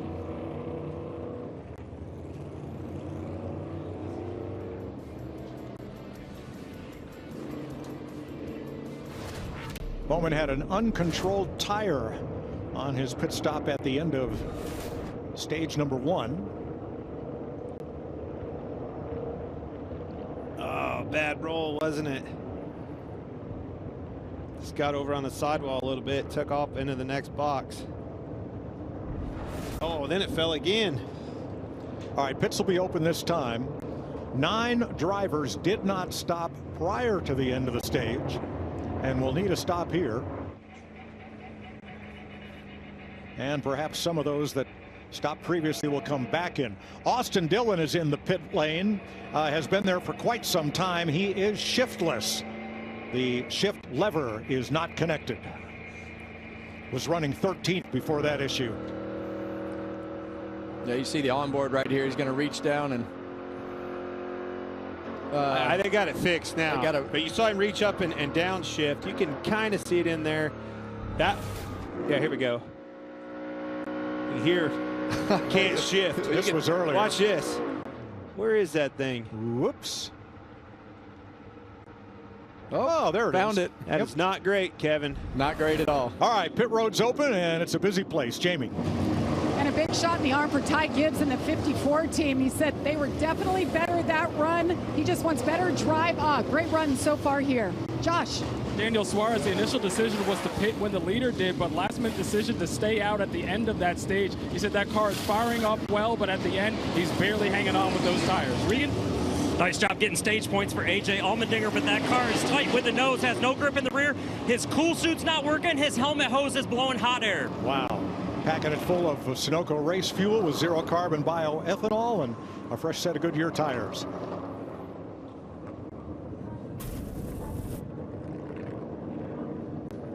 Bubba Wallace pulls out in this narrow pit lane. Oops. Oh. Little contact with Josh Berry there. Trackside at Austin, this stage break is presented by Arby's with Jamie McMurray. I'm Chris Myers. Well, the two storylines coming in, and they were the two favorites.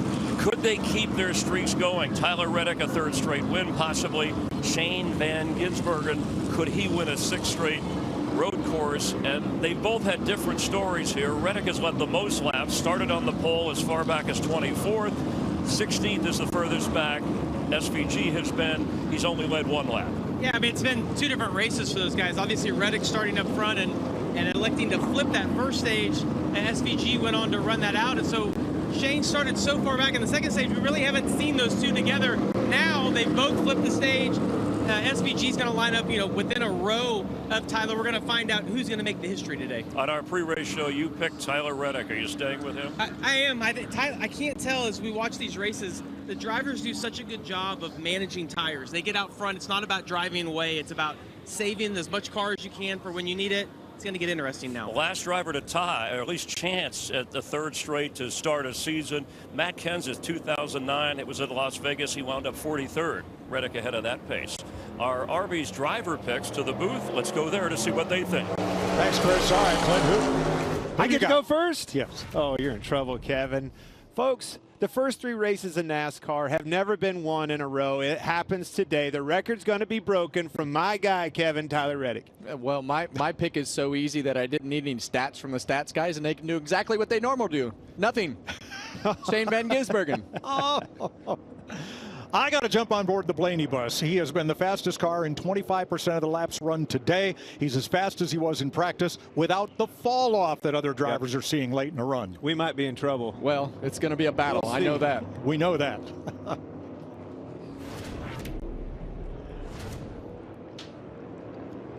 Getting ready for the restart for stage 3. I think the key to that is they're finally all three of those picks that we just said are up front. Now we're going to see who's got the best car. Yeah, and that's what we want to see. We want to see the best three cars battle it out. But this is the first time we've seen it. Yeah, but the wild card in this whole thing, as it is on every restart, is turn one. You just don't know what's going on behind you. You don't know who's going to dive bomb. You can be 4 or 5 wide. So you got to make it through turn one to survive this thing. Now remember, this stage is twice as long as stage 2, 50 laps in total. We're at 46 to go. So as Larry pointed out, we will have at least one pit stop somewhere during this stage. All right, coming to the Echo Park Automotive Restart Zone to begin stage 3. Reddick and Blaney, Toyota and Ford on the front row. Byron Van Gisbergen, 2 Chevys in row 2, out of turn 20, and here we go. Headed up the hill for Chaos Corner. Got him 4 wide.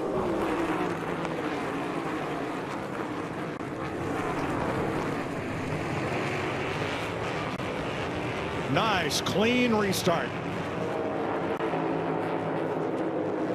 Well, we've seen Chase Briscoe do exactly what he's done on every restart so far, and that's be aggressive. He put him 4 wide, got himself back up into third. Can he hang on this time when the tires start to fall off?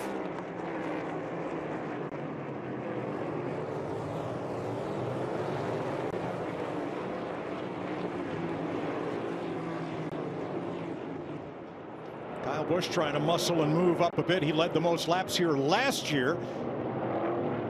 He's in that mix. Van Gisbergen inside of Byron for 4th. Yeah, and Ben SVG wants to make this pass as quick as he can. 4 wide. Look out. McDowell got aggressive there, elbows up. He's not done. Trying to get the position on him. And doing it the hard way around the outside. Michael McDowell. Yeah, that's always setting you up for the next corner, which is this one. That's how you get it. That was a real aggressive move to get those two drivers. They'll remember that. But you got to go while you can. While these cars are stacked together, when you see an opportunity, last stage of this race, and Michael McDowell, he knows he needs to make something happen if he's going to have any chance at the end of this race to win it. But the more these guys battle, the further those leaders are getting away.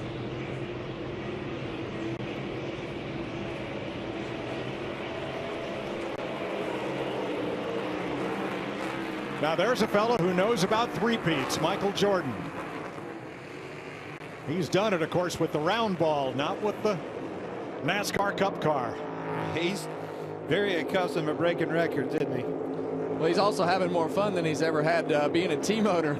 Winning the Daytona 500. Whoa. Eric Jones around. Jones was 33rd back there with Bowman, Berry, and Stenhouse. Yeah, and that's right off the exit of turn 1 right there.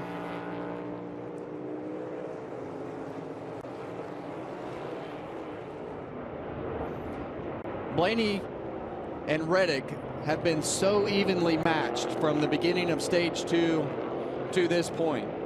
You know, it's going to come down to a pit stop, something happening on these runs that they didn't expect with their car handling as the conditions change and the track rubbers up and the sun starts to beat down on this track for multiple hours.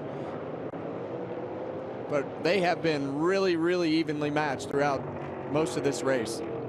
You saw Blaney there a bit more aggressive with the curb hopping through that part of the course. And two totally different styles. Yes. They've got two totally different approaches as to how they're attacking this track. Blaney's much more tidy, narrower entries. A lot of the exits are narrower compared to Tyler Reddick.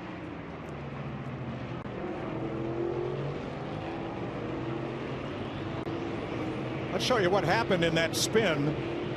Well, you heard Kevin, Eric Jones. All right, he's way out wide. He gets back in. Obviously gets into the 77. I don't know if they called him a quick clear right there or not, but he turned to left right into the door of Hocevar.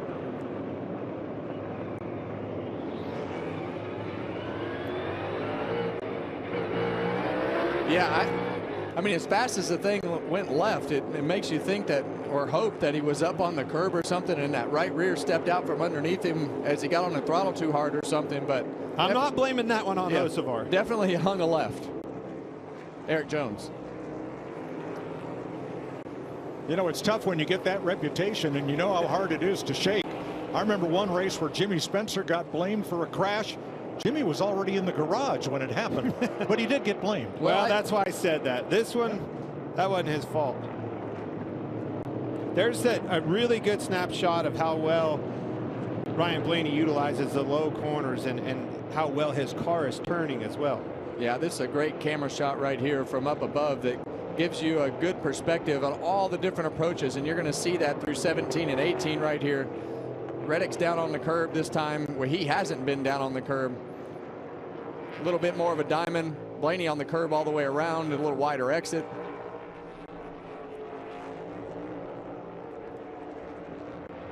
It's hard to follow that car. I truly believe if that 12 car got in front of him, he'd drive away from him.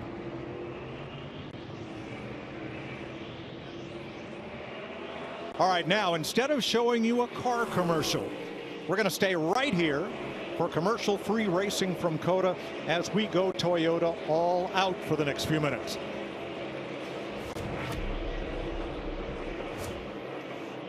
Tyler Reddick has led 23 laps today from the pole in trying to do what no driver's ever done in NASCAR history, win the first 3 races of a season. And when you have a chance to do something like that, win the first 3 races of the season or 3 races in general or whatever the motivation is for the momentum and the success that you've had, it is very motivating. And talking to Reddick in the pre-race today and just listening to his responses and the momentum that comes with the victories that he had makes things a lot easier, Clint. The information is easier. You believe in things a lot easier. And when you have that momentum, you just have to ride that wave as far as you can. You can't make a bad decision when you're on this wave. Well, hearing his interview, in sharp contrast to last year, what he sounded was happy. Yeah. Yeah. Well, why wouldn't he be? And they had, he had a lot of stuff going on in his personal life that he had to deal with. He had the lawsuit with 2311 and everything that they were dealing with, not being the victory lane and getting a fresh start, looking in the mirror and saying, okay, who do I need to have these hard conversations with, and all the things that we're dealing with. They had the good conversations, and he's been very open about this. They've had the good conversations, the bad conversations, the hard conversations, whatever conversation that they needed to have, and they're seeing the benefit from it. So Reddick, the leader, Chase Briscoe for Toyota running third, 2.8 seconds off the lead. Briscoe led the first 8 laps of this race, but it seemed like he might have burned up some of his stuff because he faded toward the end of that first stage, but he has rebounded nicely. Now, racing legend Dario Franchitti made his NASCAR return yesterday in St. Petersburg, driving a Toyota Tundra TRD Pro. Here's more on the preparation for his return to street circuit racing. After more than a decade away from NASCAR, one phone call to legend Jimmy Johnson led to a return to racing for 3-time Indianapolis 500 winner Dario Franchitti in St. Petersburg. Thanks to a collaboration between Legacy Motor Club and Tricon Garage, Franchitti visited the Toyota Performance Center and tested a Toyota Tundra TRD Pro before returning to the street circuit.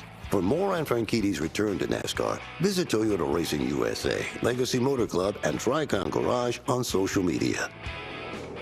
With help from his buddy Jimmy Johnson, he qualified up near the front, ran in the top 10 most of the day in St. Pete. Not bad for being out of a race car for more than a decade. Not bad, and right now we've got a battle for the lead. Ryan Blaney was all the way underneath the 45 of Tyler Reddick through the stadium section there. Reddick fending him off, but I'm with you, Clint. I think if that 12 car gets around this 45, he's going to drive off. And as you say that, Reddick just turned the fastest lap of the race, the last lap. I don't know if he slipped up or what. This 12 car will not go away. It's got him looking in the mirror now. You see he's protecting a little bit. If you're Ryan Blaney, that's what you're trying to do. Move around, get him looking. And you can get away with that little fade into turn 1. There's a ridge that goes through the center of that corner that you can ride off into the corner, and that's not a normal situation that you'd want to do. But turn 1, you can get away with that with the way that the banking is right there. Over the last 2 laps, 4 of the first 6 drivers have run their fastest lap of the race. Well, they know what they can get away with. They know how much tire they have to save. They've been working and adjusting on their air pressures, their adjustments. By all right, they should be turning their well, and the other thing is, the sun's starting to head down. Should be on the backside of the high temperatures, but they're also getting closer to those tire packs. They're in a really good rhythm right now as far as the driver's seat, knowing the exact flow of how to feed that throttle down and not spin the tires to get the most out of it. So these drivers are in a spot at this point in the race where they know all the things that they need to do to get the most out of the car. Ty Gibbs at the back of that pack trying to move back up through after winning the stage, stopping after the end of it. He's one of the 2 biggest movers since we went back to green.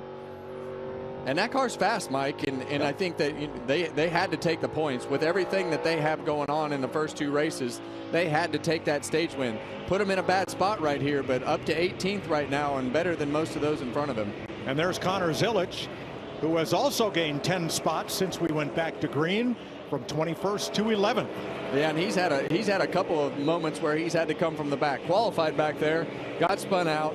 We thought he was out to lunch and not going anywhere, but now he's sitting there in 11th spot, running some decent laps.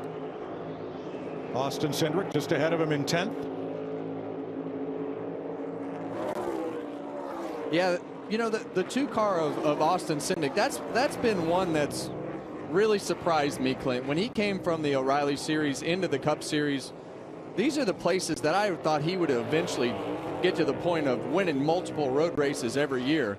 And he just has not progressed on the road courses like in the right direction. And as you see Zilic going to the inside, I really thought he was going to be one of those guys that was the studs week in and week out on the road courses. Well, and he's shown that, but it's just not as consistent. And I agree with you. I think the consistency is where we're lacking a little bit. Yeah, Team Penske today is all over the map. Blaney in second, Cindric 11th, Joey Logano in 15th.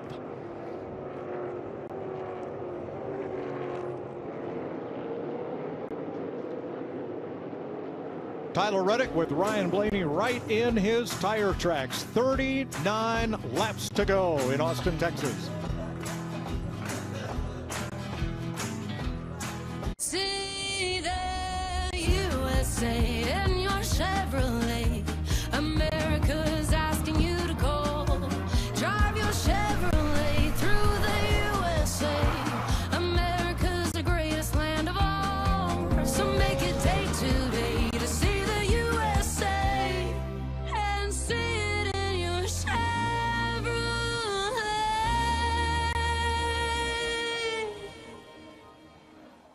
Look at this. Endless big butterfly shrimp for us, endless steak for them. Oh, did you know that buffet is French for happy wallet? I take German. Well, amigo, you just got schooled in buffetonomics. Yodelay. Pod's epic savings event has been extended. Now save up to 25% until March 2nd and see why Pods is America's #1 container moving company. Whether you're relocating or renovating, save up to 25% at pods.com today. Then I realized the more you bundle, the more you save on insurance with Liberty Bibberty. It's like you're talking my love language. Well, I've been taking word classes online. Wow. Only pay for what you need. Liberty, liberty, liberty, liberty. The true West has no fences. There's an edge, but you gotta find it. Find comfort from the traditions that help define it, and the confidence from having the courage to defy it. But being brave isn't about being different. It's about being yourself. Now, we might not need more people in the West, but would it hurt to have a little more West in the people? You guys, Wendy's has new Biggie deals starting at just $4. So now you can decide how biggie you want to go, which is kind of beautiful. I'm not condensating, you're condensating. More Biggie options so you can get more of what you really want at Wendy's. The United Football League is back. Professional football in the spring. A game experience like no other. Beautiful throw. My goodness. This is the United Football League. It all kicks off March 27th on Fox. At NASCAR, fast is never fast enough. 2026 is anyone's game. It's time.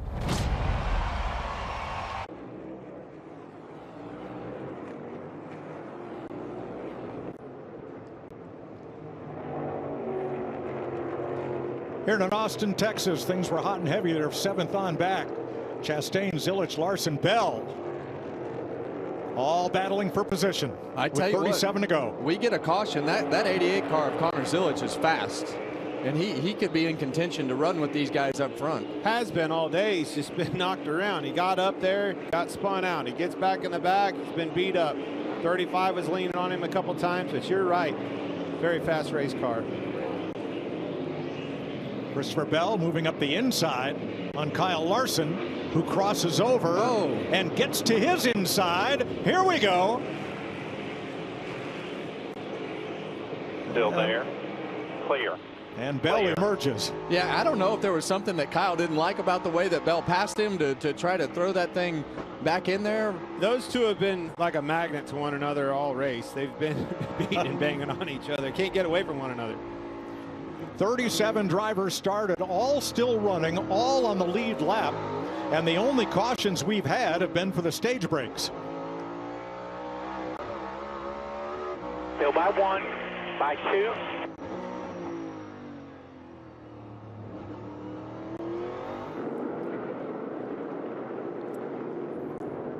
Zilic 7th, Chastain 8th, after leading 4 laps and winning a stage. They're still going at it back here. Yeah. Larson and Bell. Oh. And here comes Kyle Busch.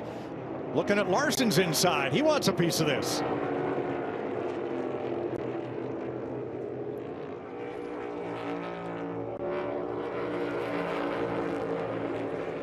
Yeah, we haven't talked about Kyle Busch all day, but Bell just moved the 5 car back out of the way.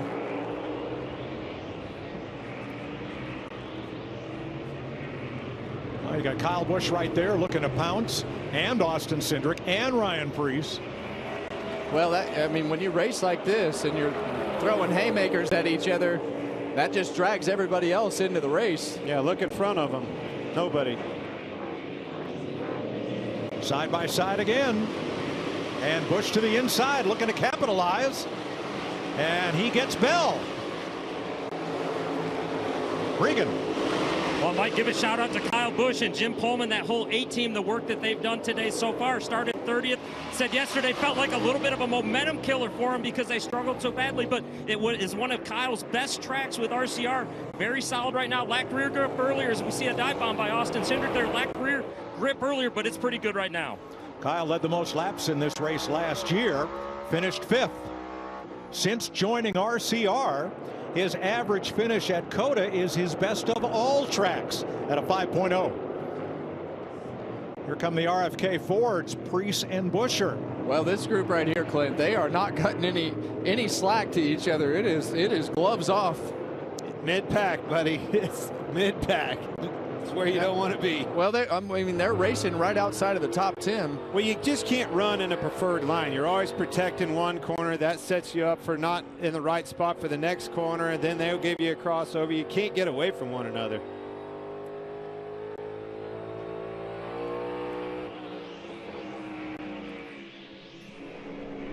"35 laps to go, and here are your leaders." Here's the Progressive Race summary. Tyler Reddick has led twice for 31 laps, 10 lead changes. Everybody's still on the lead lap. The only cautions we've had were for the stage breaks, a total of 7 laps. Chastain and Gibbs, the stage winners today. These two right here, I mean, they just keep matching each other. One little slip up of Reddick and Blaney will be right there. They have put on a show today, Reddick and Blaney. What this is leading to is what's going to happen on pit lane. Exactly. That's what's going to decide this lead most likely, is who gets on and off of pit lane. If somebody comes to pit road before they think they're going to come to pit road and jumps them. And that's probably, Larry, wouldn't you say that that's what that 12 car is thinking about, how to be able to jump this 45 by a lap? Yeah, remember our Toyota keys to the race. When do you make that final stop? Honestly, I think in about another 8 to 10 laps, that's when they're looking at. I personally would like to split this stage in half, which would have me coming about laps 72 to 73. That's running equal amount of laps on the 2 sets of tires. Plus, that's about what we ran in stage 1 and stage 2. Would you take a little bit of a chance right here if you were the 12 car? Because unless Tyler, at this point, it doesn't look like he's going to pass him unless he makes a big mistake. I think if I'm, Jonathan Hassler, I want to try to jump that 45 car and come early. But if I see that 45 coming, I'm going to be right on his heels. Kevin, as close as they are to one another, though, it comes down to the performance of the driver, the crew chief, or the crew, everybody in the pits. Had one slow on the front stretch. Now Christopher Bell, who was on pit road at lap 42, is in. Yeah, the window's open now. You can make it to the end of fuel. Josh? Well, for Christopher Bell, that car is not like the race-winning car he had last year. He's been complaining about rear grip all race long. He's going to get those tires and fuel on his final stop.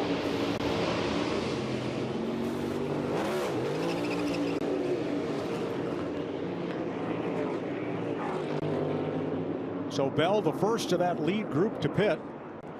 And it kind of got him out of that hornet's nest of 7th to 12th, where there was a lot of jostling going on. And sometimes that's what you want to do. You're losing time. Him and Kyle Larson kind of got into a tussle there, trading positions, lost some time. So get yourself clear and run some good laps. Here's the 19 radio, Briscoe.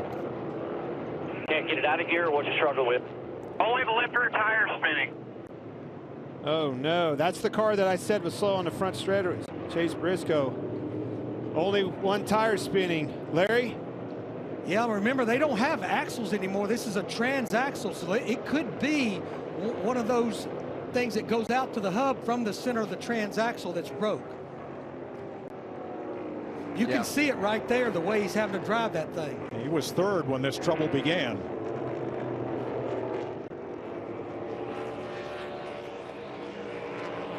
Tough break for Briscoe, who led the first 8 laps of this race. Yeah, and he had a solid day. Great start to the race, kind of faded a little bit, but now he's got big problems.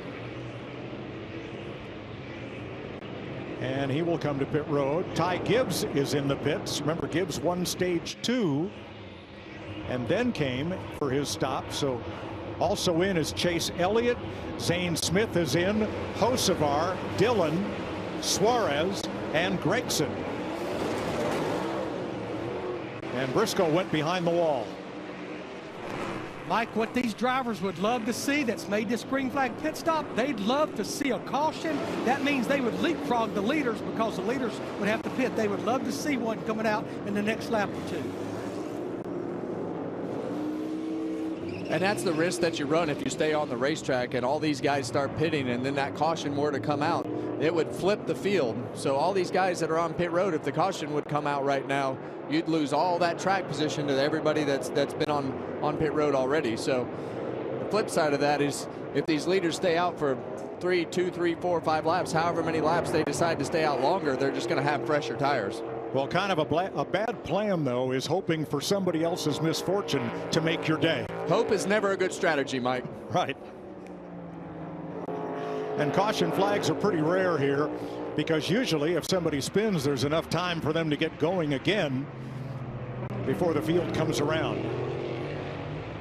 If you were Ryan Blaney right now, Clinton, and you were kind of mano-a-mano right here versus Tyler Reddick, would you just want to pit with him? Or I'd would be you trying to sell my crew chief to get me on pit road 1 lap ahead of him, probably. But if they're so close, I honestly think I'm just going to tell myself I have to hit my marks. I need to roll as best I can, my entry, my exit, and the guy's got to do a good job getting M4 tires on. Kyle Busch is in, Chris Buescher, Joey Logano on pit road. All green flag pit stops. Here comes Bubba Wallace to the pit lane. And Cole Custer.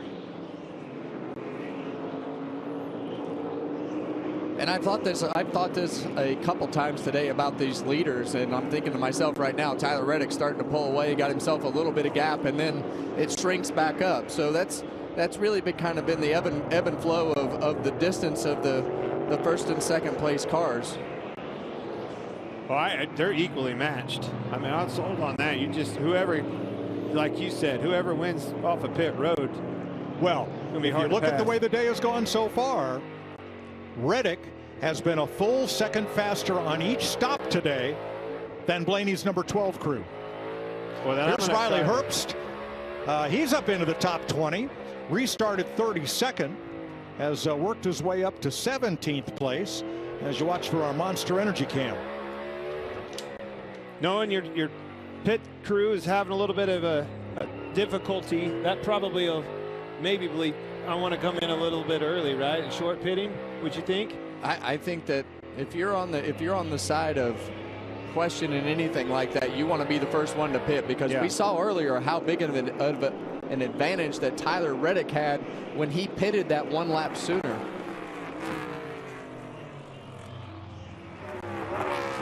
Kyle Larson makes his stop along with Ryan Prix.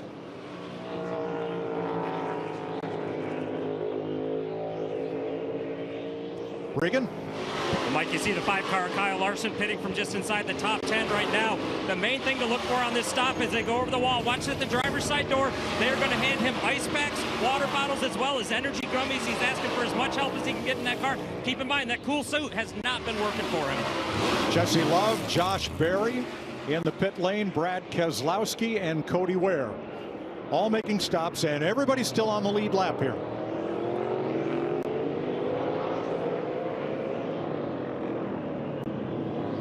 What I see with these drivers that are short pitting is they did not have a chance at winning this race. They are trying to get off sequence to the leaders. I'd be shocked if the leaders don't run up close to lap 70, where they're not trying to run too many laps on that last set of tires.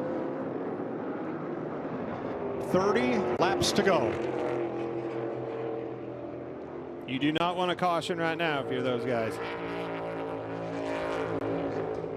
Tyler Reddick, Ryan Blaney. And you know that the crew chiefs have been working overtime, figuring strategy with the team engineers, what to do. How about the leader, Regan? Well, Mike, you talk about that strategy. Part of that is telling your driver what you need out of him. Tyler Reddick, about a lap and a half ago, was told by crew chief Billy Scott that we are going to pit in a handful of laps. I need you to push really hard right now and try to pick up the pace a little bit. Jamie? Ryan Blaney's pit crew has been ready for about the last 3 laps. The only thing they've really talked about is the right front. Ryan asked the team to check it out, thought maybe he had an issue. They think it looks okay, but they'll take a hard look at that when he comes down pit road next time.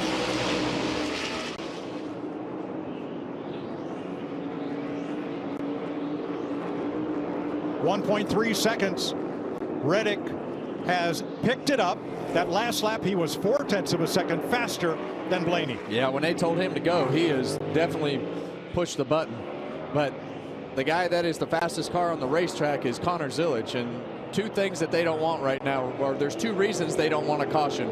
One is they don't want to be behind all the guys that pitted, and 2, they don't want to have to race that guy. He is flying. Because he is flying. On the track.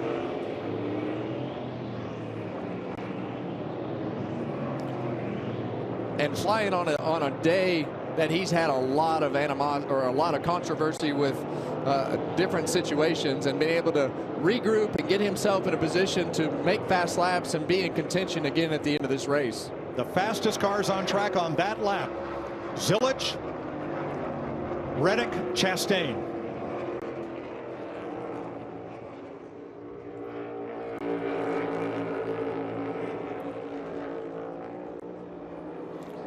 And some of that is for Connor is just being able to get in that rhythm and understand where he's at with his car. But Jamie, you got some more?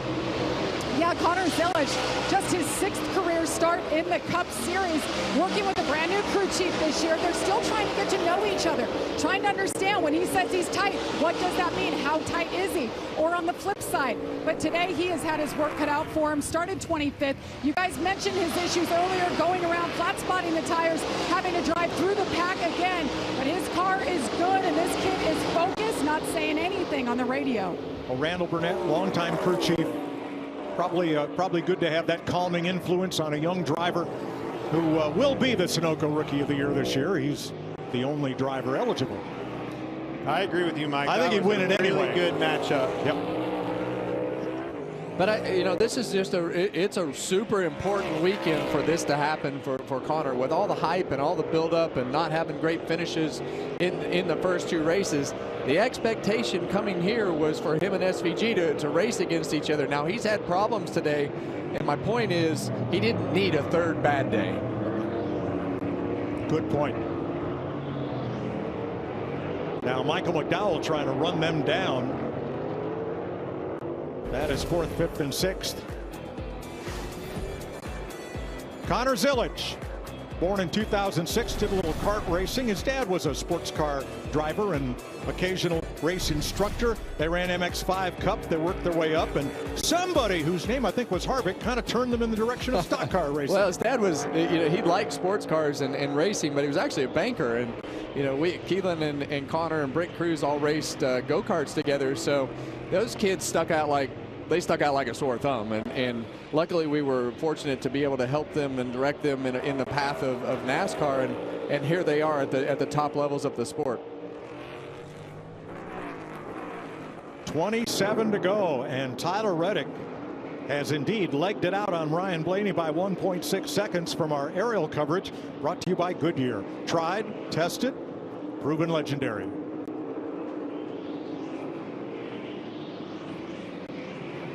Really good lap. Last lap around for Reddick. You can see him gapping the 12 car right there. All right, now you're the 12, and you're falling back from the race leaders. Does that change when you might want to make this pit stop? Does me.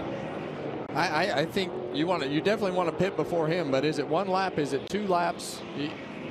If you get the track position, that's going to be your only chance to beat him, because if you wait and don't get it at the beginning of the run, you're not going to be able to beat him on the long run. I think this last lap by Reddick is the one that's going to, it made the decision for me. Let's look for the 12 to see if he comes. Well, if we're thinking it, you know they are. This time. And yes, this time. It'll be Ryan Blaney to pit road. Now, will Reddick come with him? Well, either way, all the pressure is getting ready to be on the pit crew. Don't make any mistakes. Don't speed. First gear 4 red. First gear 4 red. All right. They're both in. The 2 leaders are on pit road. Jamie. Remember, for Ryan Blaney, thought he might have had an issue with the right front. That team's going to take a look at it. They already making the air pressure adjustment. That was done a few minutes ago. A 4-tire stop. That is it. Regan. As soon as we aired the radio of Ryan Blaney's team telling him to hit pit road, the 45 team and Billy Scott, crew chief Billy Scott, got on the radio immediately and said, pit, pit, pit. Originally, they were going to go another lap or 2, but they wanted to offset what the 12 car did. As far as the car, he has been silent all day long. Tyler Happy. All right, who's going to beat who up pit road? It's going to be even. Wow. Yeah, they had a little bit of trouble, it looked like, on the right front of Tyler Reddick's car. But if you're Blaney, you want to make this happen quick, because you're better than him at the beginning of these runs the last couple times.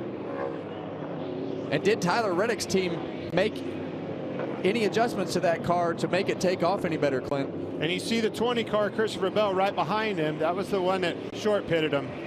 Larry? 7 laps to go. Yeah, I'm not so sure that the 20 car, Adam Stevens, I think they're going to 2-stop this final stage. They ran 12 laps. They pitted lap 62. Possibly will be coming again about lap 74, 75. I think they're doing something totally different. Now, who's the new leader? Shane Van Gisbergen. Will those 2 pitting draw him to pit road this time? You would think. We're going to find out right here. Here, all 3 pitting this time. Yep.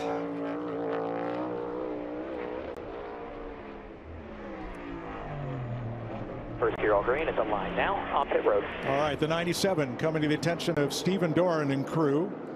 That will hand the lead to Connor Zilich, who he doesn't stay on the racetrack. He's on pit road as well. Regan. Well, Mike, as you see the 97 coming all the way down to the far end of pit road right now. On the radio, it's been struggles with the rear lateral grip all day long. In particular, this last run, though, said I just don't have as much as I need, especially early on in the runs.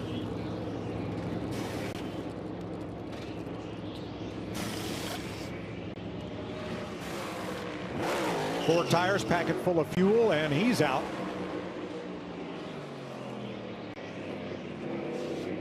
As the 45 and 12 go past, just about the time Van Gisbergen exits the pit lane. Yeah, and a lot of that is, SVG's just that far behind because A was already behind, and B waited 1 lap. So they got they got that lap time advantage while he stayed out there. So here are your leaders, William Byron and Michael McDowell. With Ross Chastain, Austin Cindric, then Reddick, Blaney, and Bell.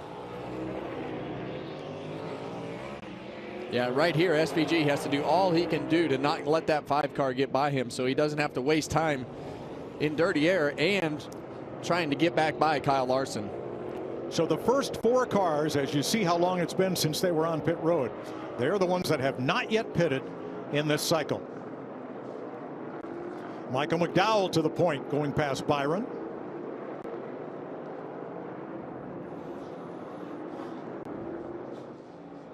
Larry, if you're one of these 4, how long would you want to run this out? Well, what we're hearing is thinking about William Byron, which he's hitting pit road right now. This is exactly what Rudy Fugle had told him a few laps ago.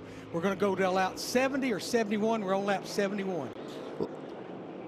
Now, Michael McDowell is going to stay out. He and Travis Peterson have already used that strategy once this year of staying out when everybody pitted and hoping to capitalize. Regan? Well, as William Byron comes down pit road, it's been a number of different things so far this run for him. Took off really good, liked how the car was initially, started to lose the rears, then started to lose the front tires on that 24 car. Chastain and Cindric in as well. So only McDowell is still out there without yet making this pit stop. Let's get the radio of Michael McDowell and Travis Peterson. I do not care about them. Our way to win this race is to run about 7 or 8 more and be on massive offense because those guys all shorted. 7 or 8 more. That's contrary, but well, we know it Travis almost won them the day. What? That's Travis Daytona. Peterson's what that is. That is gamble. Let's go. He is a gambler, and if that last caution had not come out at Daytona, when the Toyotas slowed down the whole pack for so long, McDowell might have made it to the finish without stopping at all, and just might have won the Daytona 500. But if ifs and buts were candy and nuts, we'd all have a Merry Christmas. Even with the caution coming out, he had a shot at it. Yep. With 1 to go, there he was. Love a gambler. And Michael's always done a really good job on these road courses and been strong again today. And that affords you the opportunity to make those gambles because you got a wheelman behind it. He can back it up. However, look at the lap times that we're showing you on the pylon. He is 3 seconds slower than Tyler Reddick right now. All right, 26 of 50 laps complete, 24 to go.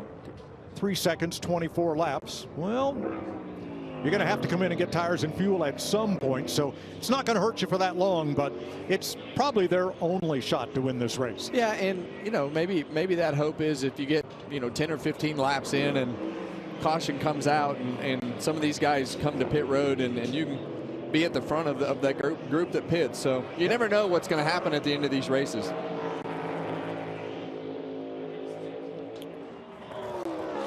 These two are just exactly like they have been all day, Mike. They just matching each other's lap times.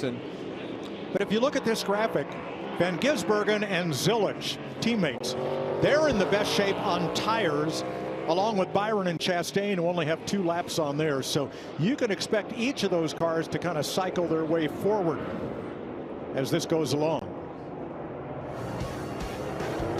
Michael McDowell, with a long run strategy, is out in front at COTA with 23 laps to go.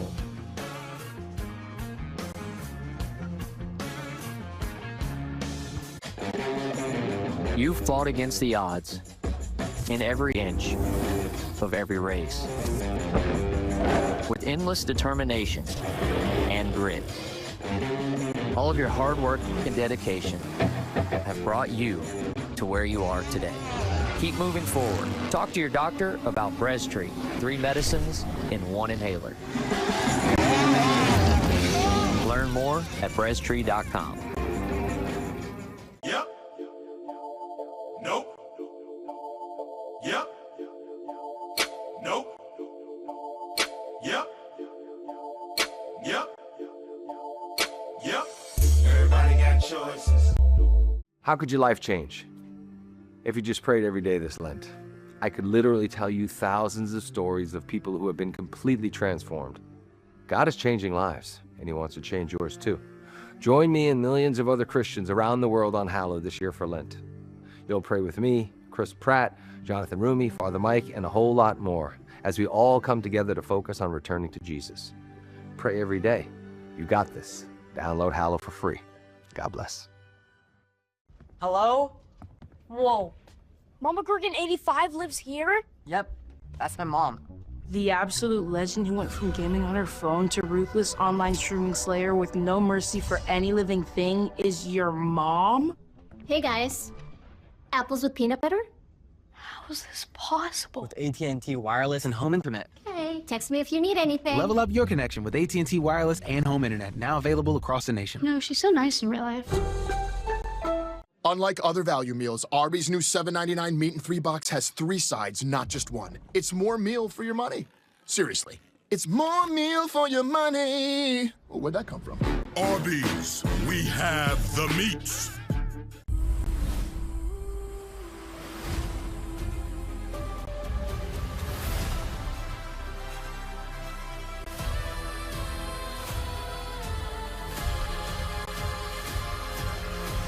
Nothing is impossible for God. The Faithful, the 3-week event begins March 22nd on Fox. Welcome to the World Baseball Classic. Bryce Harper, Paul Skeens, Cal Raleigh, Aaron Judge.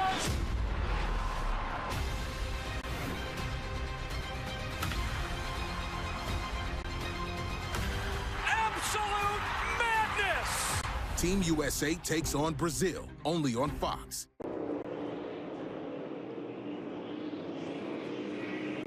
"21 laps to go. Ross Chastain has come undone. He makes it somehow to pit road after a big slide through the gravel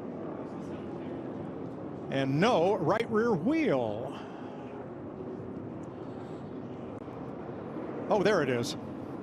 Yeah, you can see where it was loose right there, but this puts everybody in an interesting spot. Not what Michael McDowell really wanted to see. If he was going to get this caution, he wanted it to be later, but he is going to have some guys possibly pit middle of this field that short pitted, but I'd say all those guys up front, they're pretty much set. Yeah, I mean, Kevin, you got 35 drivers on the lead lap. We're going to probably go back racing with just under 20 laps to go, but you're right, middle of the field on back, they're going to come get 4 fresh tires. This is not what McDowell wanted. First caution of the day. This is a well-needed break for some of these drivers, I'm telling you. All right, we got some breaking stories, and Jamie's got a whopper here. Well, I certainly do, Mike. I've been listening to Alex Bowman, and he's been saying he is sick all race long. He finally just pulled it in. And at the same time, that man right there, Myatt Snyder, is my pit spotter. He's been helping me today.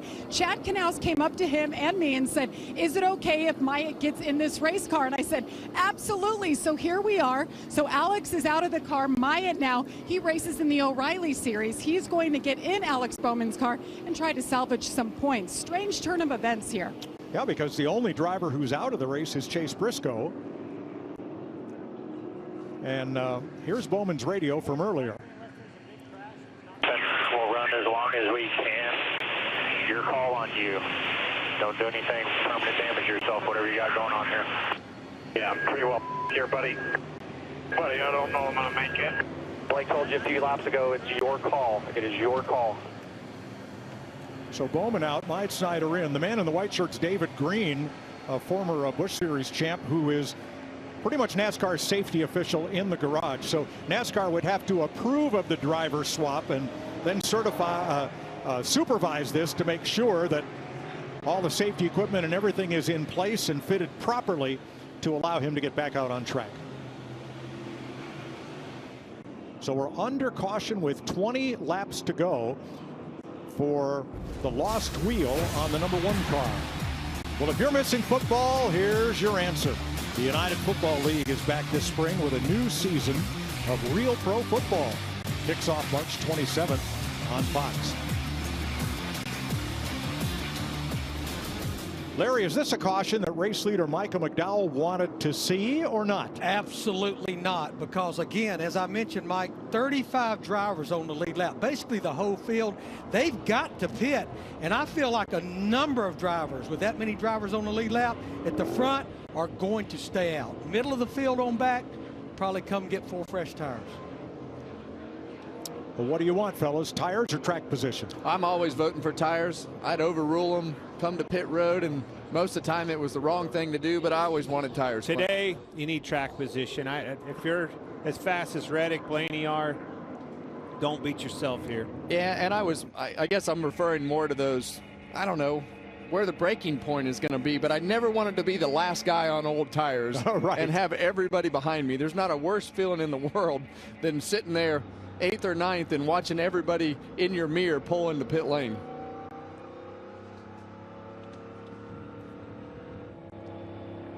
Remember that our first 3 races this year were run in very cool temperatures. Snow at Bowman Gray for the Clash. Cold, Florida damp cold for the Daytona 500. And a really chilly Atlanta last week. And here we are in Austin, Texas, turning left and right, shifting 20 to 22 times a lap, and it's 85 degrees out. Yeah, and on a cool day, it would be a full day's work and make you feel bad as you see Michael McDowell headed to pit road. Christopher Bell, he was running 4th, so we got a bunch of takers. That's a lot of cars. That's exactly right, Kevin. From 4th on back, puts pressure on those leaders. Remember, the 20 had pitted way early. Josh. Well, that's right. The 20 had short pitted this stage, coming in for the second time in stage number 3. Told the team the longevity of this car was much better on that last run, but said he's still tight in the right turns, loose in the left turns as he stops for that final stop. Austin Dillon was blocked getting into his pit. Brad Keselowski overshot his pit. A lot of drama here in the pit lane.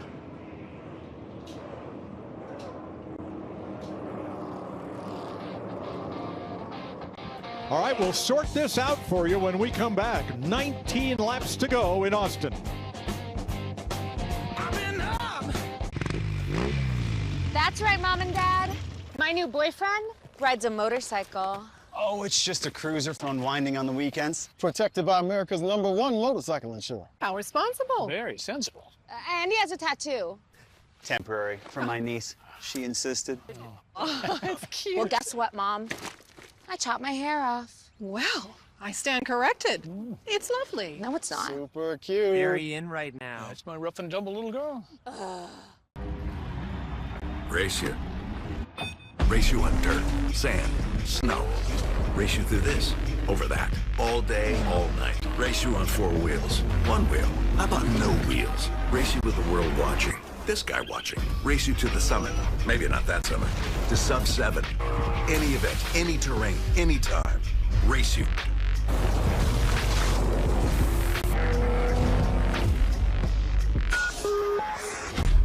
The Bush Guide, cold and smooth survival skills. To avoid going in circles, make note of recognizable landmarks, like that.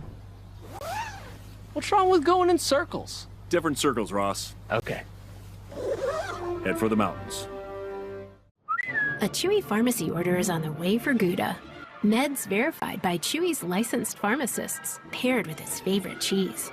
Delivered by Chewy, devoured by Gouda. For quality meds, for life with pets, there's Chewy Pharmacy.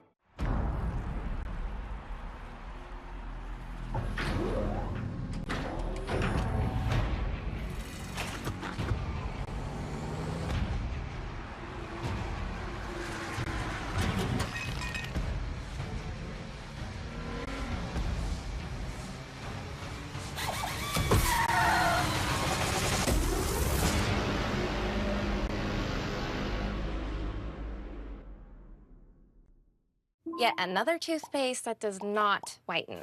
Girl, this one works.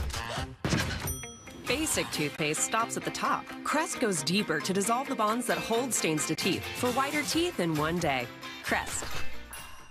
You guys, Wendy's has new Biggie deals starting at just $4. So now you can decide how biggie you want to go, which is kind of beautiful.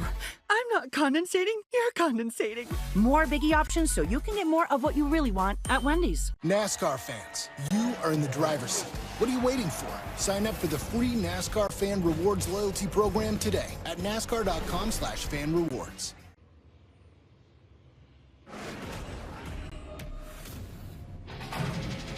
Next week, NASCAR heads west as it's a triple-header weekend, with ARCA kicking things off from Phoenix on Thursday at 6 p.m. Eastern on FS1, followed by the O'Reilly Auto Parts Series and Cup Series on Saturday and Sunday.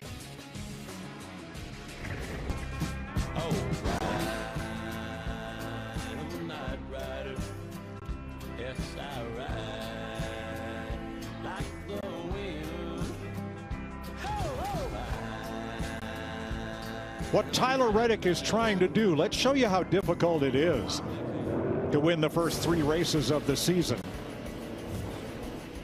These drivers each won the first 2, which would include, of course, the Daytona 500.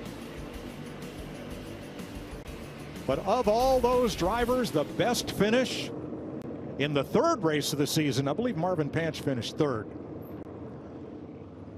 Nobody came any closer to winning it. All right, so Reddick is the leader. Ryan Blaney is 2nd. He has been looking at Reddick's back bumper for the last 20 laps, and now he's looking at it again, not happy about it. Why did we come with the 45? I don't know why we did that.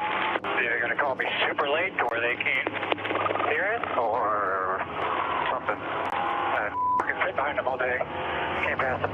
I was hoping we'd get a lap on them or we'd beat them on pit road. But Yeah, well, that's the same thing that we were talking about up here, that was their best chance. So sounds like Ryan Blaney felt that way before. But as you see them choose right here, I'm a little bit concerned if I'm these two guys, just because of the braking capability of SVG going into the corner. Exactly. We've seen how about savvy the guy he on is. his outside? Yeah, the guy on his outside, Connor Zilic, he's in the game too, and has the speed to keep up with these guys. So I can't express how hard it is to lead this group under this circumstance to the top of this hill.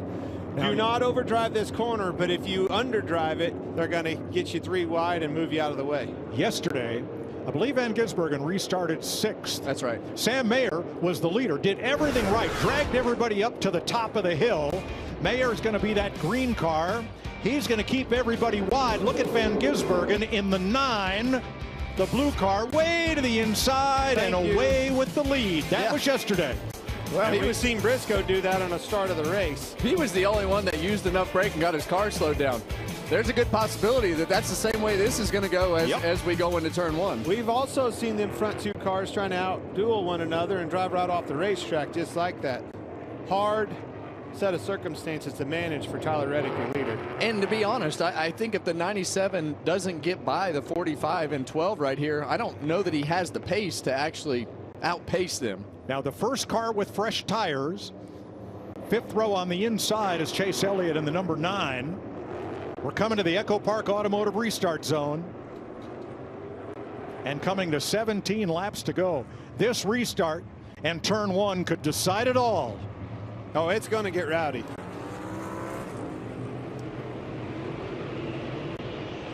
Back to green.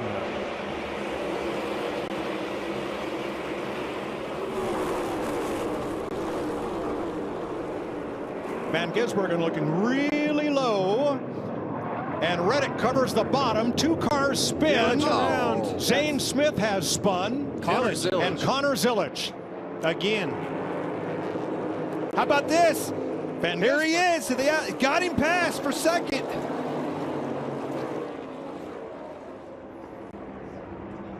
Tyler Reddick trying to drive away from Van Gisbergen with Blaney now 3rd.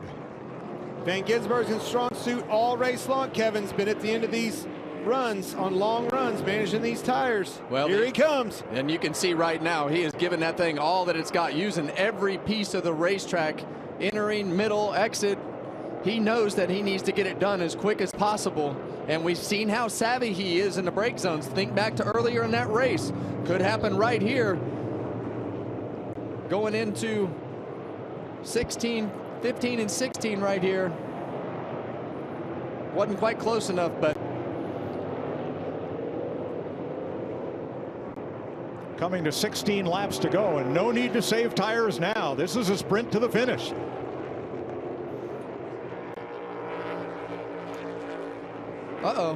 That's Zane Smith, who got turned around in turn 1. And looks like he has a pretty good amount of damage. Yeah, the wheel was still attached on that one, but there was no tire. All right, so this exit right here, we've seen that this is where the 45 has been really good all day, and that is what the best defense that you can have with the 97 car of SVG back there, getting that space and getting good drive off that corner so that he can't use that braking capability. Oh, Denny Hamlin in the midst of a big dust up there as they were at the top of the hill. Hamlin up to 5th.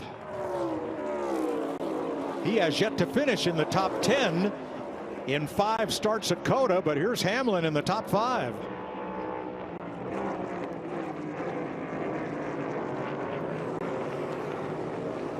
Elliott looking inside. Remember, Chase Elliott has fresh tires, as does Christopher Bell. Yeah, and you saw the 9 getting back of into the back of the 20. Chase Elliott knows that he needs to take advantage of those tires as well, as quick as he can.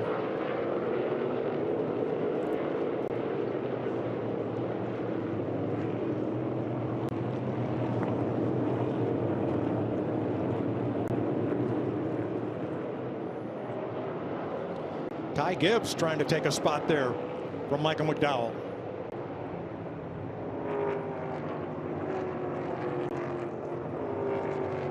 And he gets past Riley Herbst. Let's go back to that restart.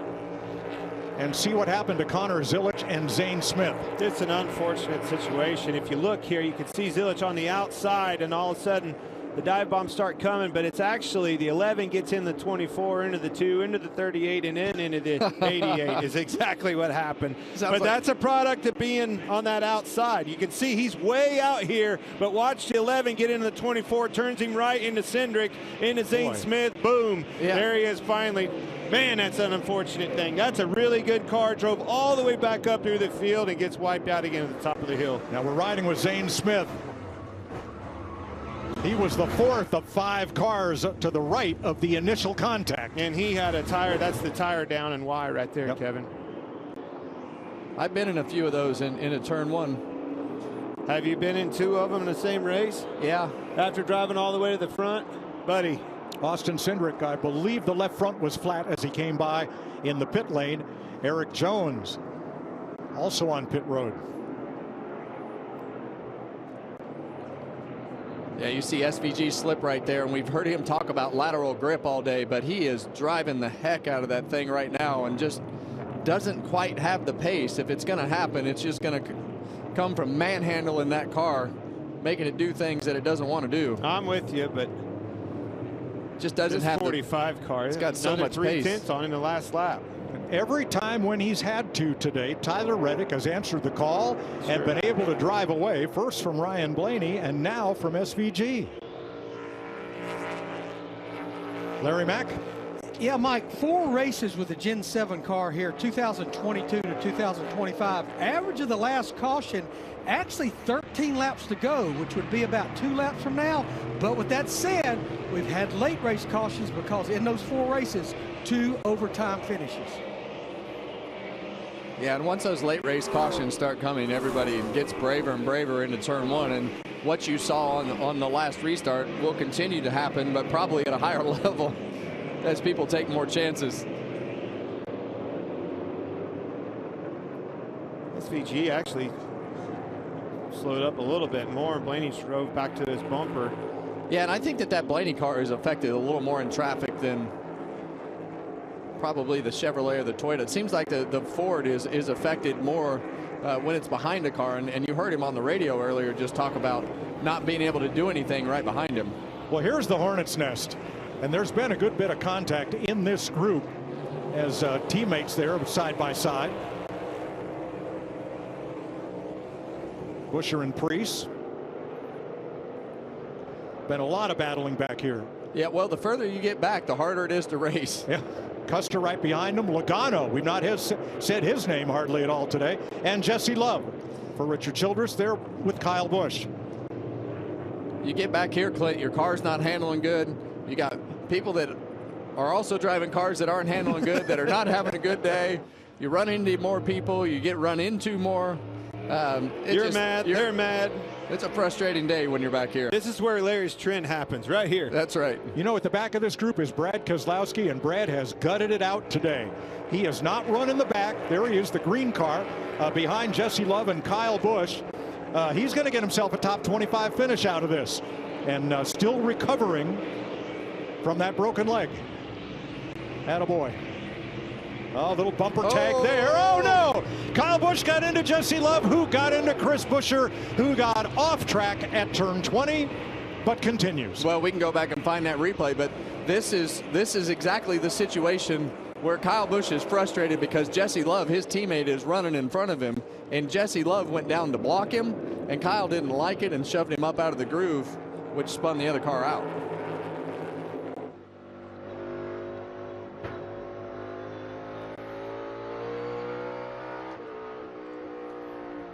Well, we have some Kyle Busch radio.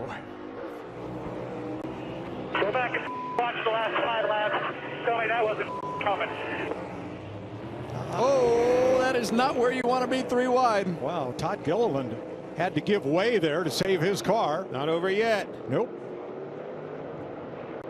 Prix, Logano, Cole Custer in the white car, Kyle Busch, the black car on the inside. And right behind him, Brad Keselowski, Ryan Prix, the RFK boys trying to gang up on those Chevys. The guy who made out like a bandit on that is Kyle Busch. I mean, he was in the middle of this pack, and he passed them all. 16th, up to 16th there. And more.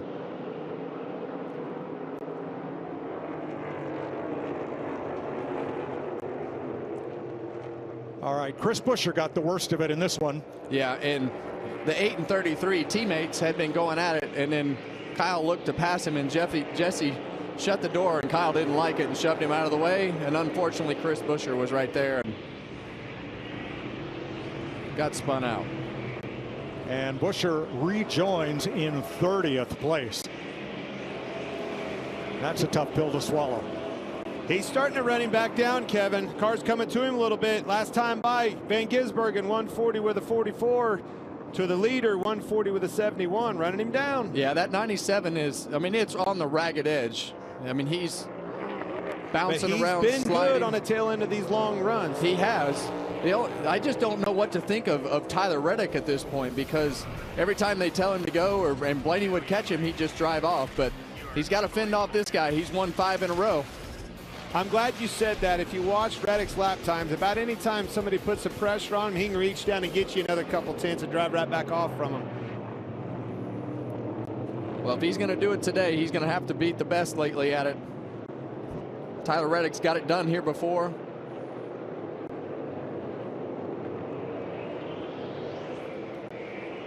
Christopher Bell up to 4th. Remember, Bell has tires that are at least 5 laps better than the drivers he's racing 1st through 5th. Yeah, and you look at Christopher Bell, made it all the way up to 4th. Ty Gibbs in 6th. Michael McDowell in 7th.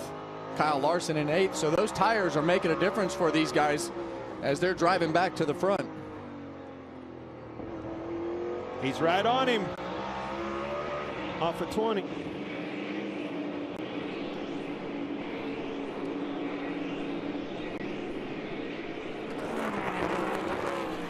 Bell closes on Blaney as they get up to turn number 1. Not quite close enough for a move, but he's right there on those fresher tires. Yeah, and I think Bell's, I mean, he's going to get around this 12 car, and then it's just a matter of what kind of lap time can he make in clean air as to whether he catches these front 2. But SVG is right on the 45 of Tyler Reddick right now. Reddick actually pulls down the block a little bit right there into 6A. That's exactly right. Got him looking in the mirror.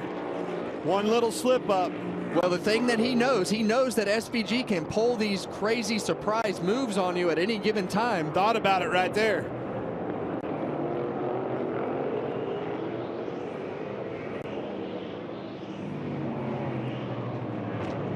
Bell to the inside on Blaney, who has to give him room. And that's going to put him on the outside through this whole section. He's going to try to shoot back underneath Blaney right here. There he does. Little contact. These tires are going to mean something. There's a lot of racing left coming to 10 to go. Christopher Bell to 3rd. You're right, Clint. 11 laps around this place is a long, long time when your lap time is a minute 40. So a lot of corners, a lot of shifts, a lot of things that happen. So you're right, long ways to go still. He's there this time. Well, he's closer.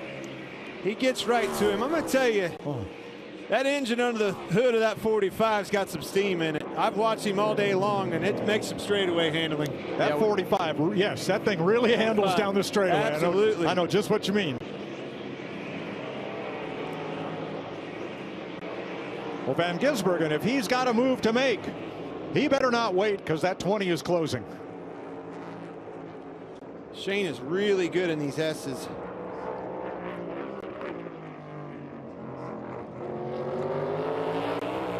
He's got a good passing corner coming up. Can he get close enough here?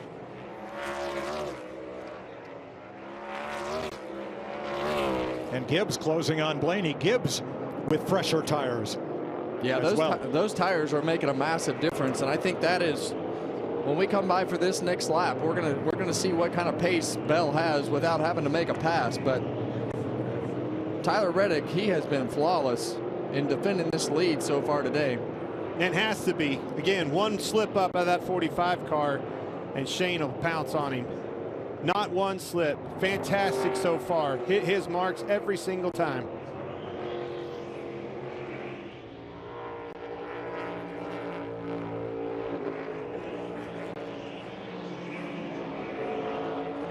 want you to watch these cars go through the S's the next time, Clint. As they go through those S's, that's Shane's strong suit. It is, because this is where that street course and all the road racing skill comes together. He's cutting those tire barriers closer. Same thing coming off the 6B.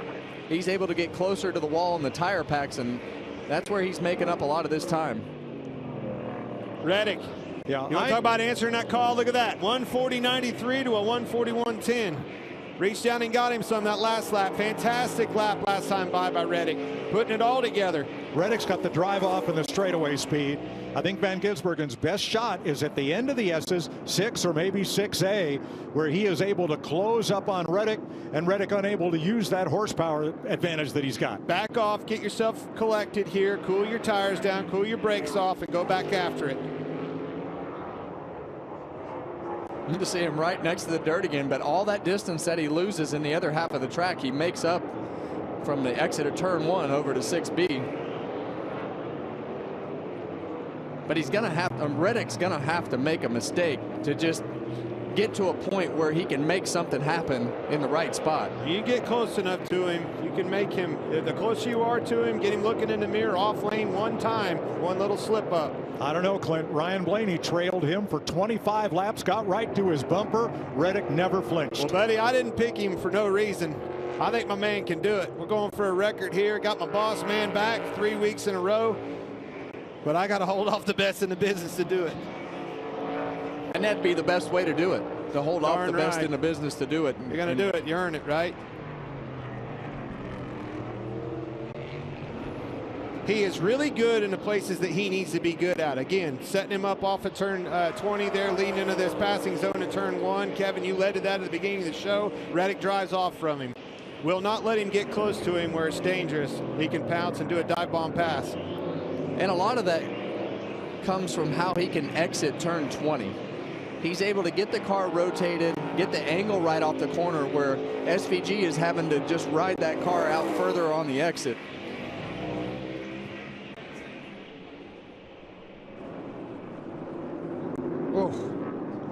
Just, Shane is able to just clip those barriers so close, and that's what gains him back, but it's the same cycle every lap. Yep. Moving those tire barriers in the S curves, I thought for sure somebody would be in those today, and it hasn't happened.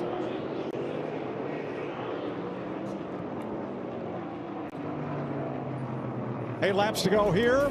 Next weekend, the Desert Double. IndyCar and NASCAR go back-to-back on Fox at the same track. IndyCar Saturday, NASCAR Sunday. And Saturday, Clint Boyer gets the thrill ride in the fastest seat in sports, the 2-seat IndyCar, to lead them to green. Fox Saturday for IndyCar racing and FS1 Sunday for NASCAR. Join us in Phoenix next weekend.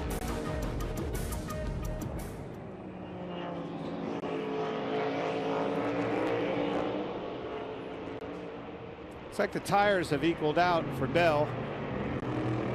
He's kind of just stalled out right there at 3 seconds back.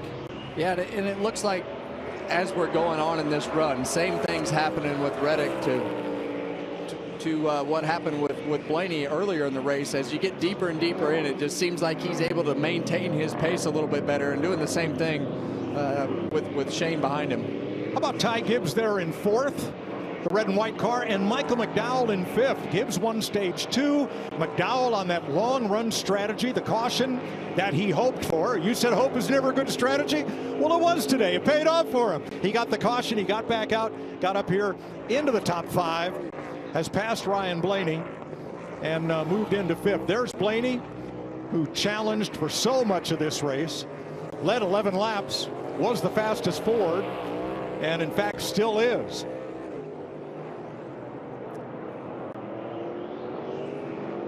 Kyle Larson battling cooling suit issues all day on the hottest race day of the year so far. He's earned that paycheck today. Yep. He'll be whooped. His teammate William Byron, who's had a lot of success here, and Chase Elliott, multiple road course winner. 3 of the 4 Hendrick cars, nose to tail, 7, 8, and 9. And Denny Hamlin who has yet to finish top 10 in 5 starts at COTA. If he can hang on to that spot right there, he will today. Well, I think he would have that same reaction as the tone in your voice when you said Denny Hamlin top 10. He would be just as surprised with the struggles they've had here. All right, here's some radio from the second place car. Just have no speed, sorry. Just got a grip in comparison.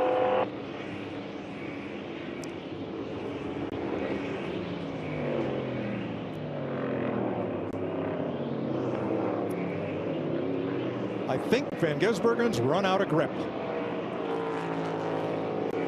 I think he said no speed, no grip in comparison to Reddick, and the windshield dyno's backing that up.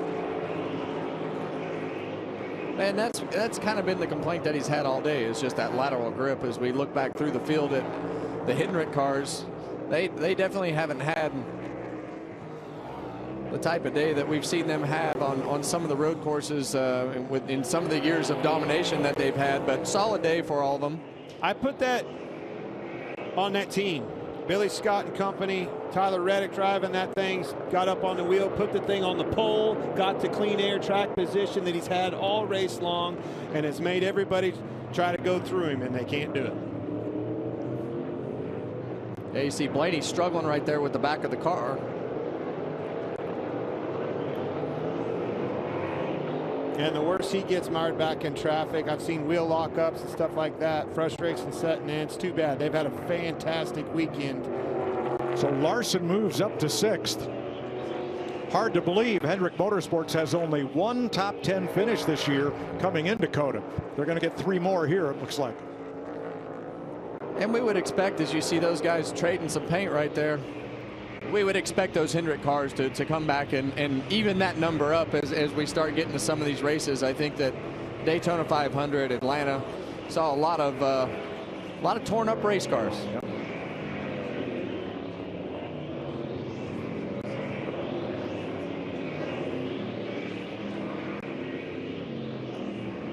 Larson going to finish the pass right here on Ryan Blaney, I believe. Yep, got it done right there. So Blaney losing another spot here late after he, like you say, Mike, he's had a great day. Well, he's still the best Ford in the race. The next one is Joey Logano, his teammate, back in 14th. But he's been being first in class doesn't count for much. All weekend long. Yep. Carrying the Ford flag.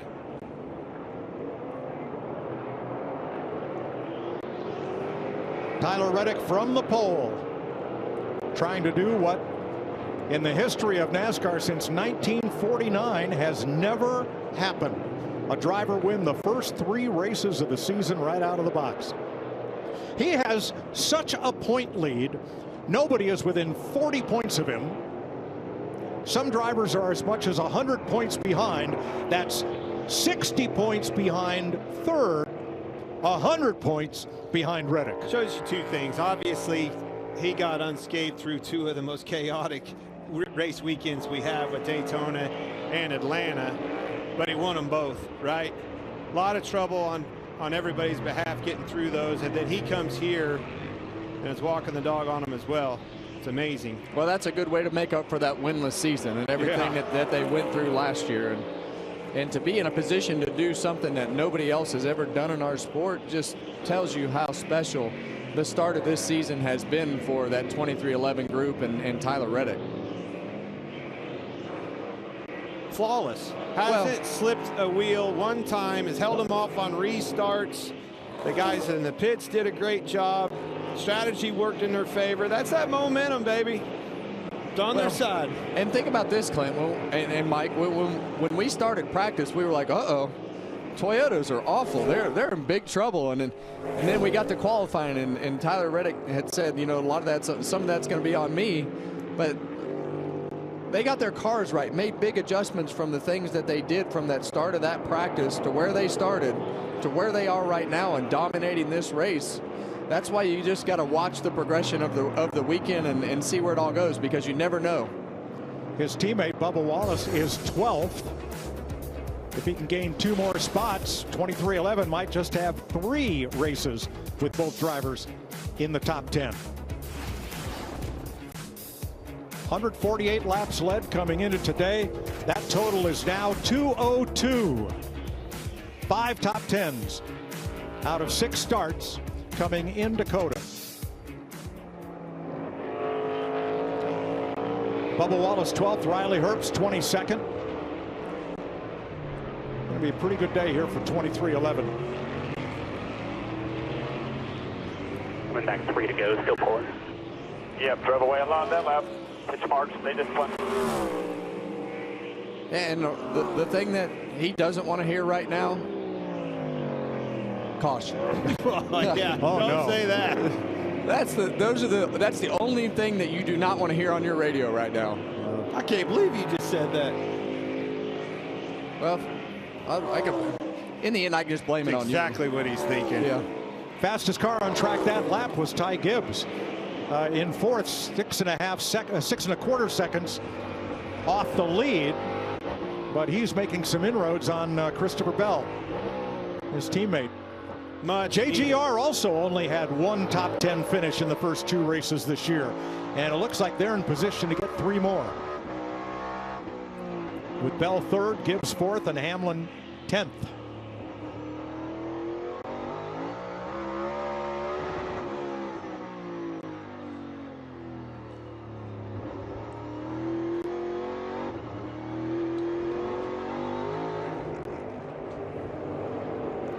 Now in the middle of the first stage, Tyler Reddick, who started from pole, fell to 8th in the middle of that stage and then regrouped. Yeah, and he came across the radio at that time and talked about not taking off hard enough and felt like he gave up too much time at the beginning of that stage. But once they learned the pace that they needed to run, how hard they needed to push, since that point, it has been lights out, Mike. Well, 2 drivers, each trying to extend a streak to record numbers. Reddick trying to win the first 3 of the year, and Van Gisbergen in 2nd, trying to win 6 straight road course events. He's tied for the record with 5. 6 would make it all his. And they run 1-2. This is that important lap, Kevin. Just get me around there to that white flag as fast as possible. Well, Shane's gave it a valiant effort today. I think all weekend they just haven't quite had the car where they want it to be to keep up with Reddick. Tyler Reddick's had the dominant car, led a bunch of laps again today, and they did a great job all weekend getting themselves back into the game. You know, we talked at the top of the day about the 3 different segments of this racetrack and how very different they are from each other. And in segments 2 and 3, that's where Van Gisbergen really shows his road race craft on the technical section of the S's and then sliding through the stadium section. But on that long front straightaway, getting off turn 20, getting through turn 1 of the S's, that's where Tyler Reddick has had everybody covered. I think his biggest strength is the exit of turn 20, and that really makes it look good down the front straightaway. I don't think they're hurting for horsepower or anything, but it really makes it look good because of how well he can get that car pointed on the exit. And it all started when he decided, I'm going to go out here and put this baby on the pole, get this clean air, and we're going to stay there. It's exactly what he did.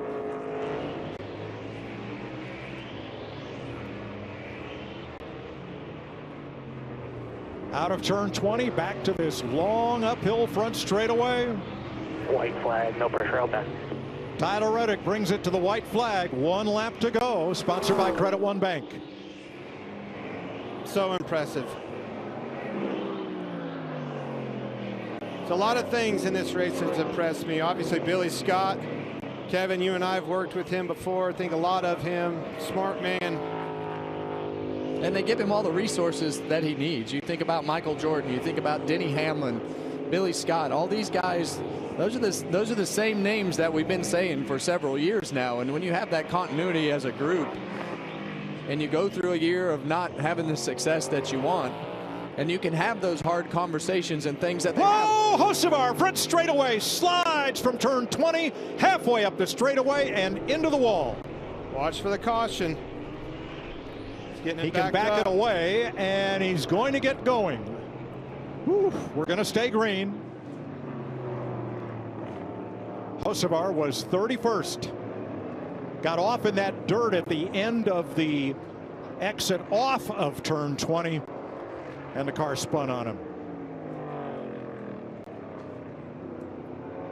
Okay, Hart, restart. Yeah. Let's finish this off. They wouldn't have minded it coming out now if you're Billy Scott and Michael Jordan. Believe it or not, I can't believe he's going to have to stay, Kevin. Cannot miss a race now. Guess we'll see him in Phoenix. Well, they said this could not be done. Winning the first 3 races of a NASCAR season. No one has ever done it. Not since 1949. It happens today. Three-peat for Tyler Reddick. 23-11 in Toyota. Yeah, guys. Great work.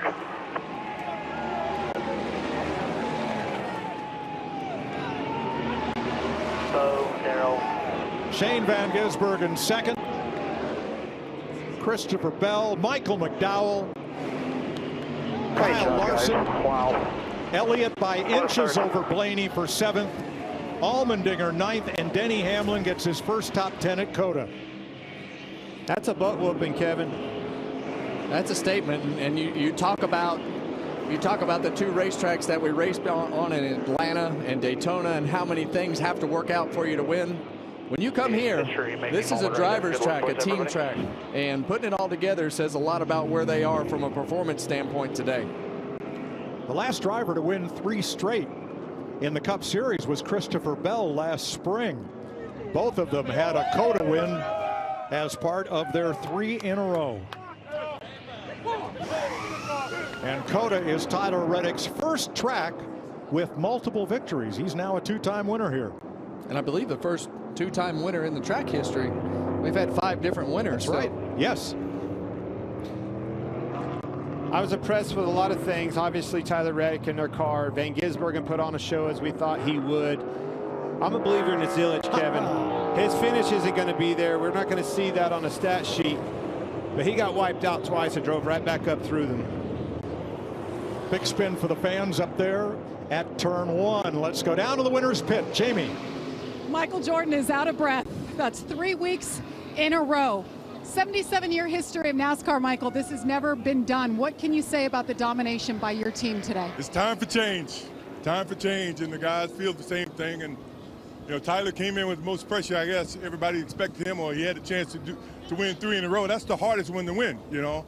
And he kept to his strategy, and man, the guys put together a great car, man. And I think Billy did an unbelievable job in calling the game, calling the race, and Tyler did a good job. He beat some good competition. I mean, when you see SVG coming back there, you get a little nervous, but I think he had him covered pretty much the whole day. Michael, the records, the wins, the trophies, what does this all mean to you as a team owner here in this sport? Well, I'm proud of the team that we put together. I mean, Denny, I'm pretty sure it's the same way. He feels the same way as I do. And I think a lot of credit goes to him because I think he's the mastermind behind finding Tyler and putting together, you know, Billy Scott and all that. Look, I just put up the money. I'm just a competitor. But I think Denny's done an unbelievable job in terms of helping build this team. And I think the team has done a good job in just taking our leadership and going out and winning. That's what it's about, winning. So we're going to see you in Phoenix? I'll be in Phoenix. I'll be in Phoenix. How about that?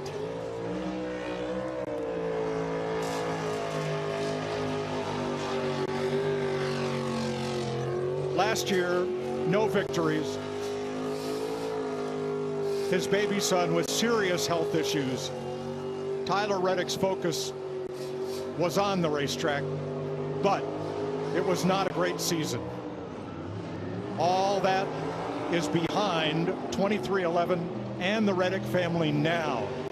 And 2026 could not have gotten off to a better or a more unbelievable start. It has been incredible. What a burnout right there by Reddick.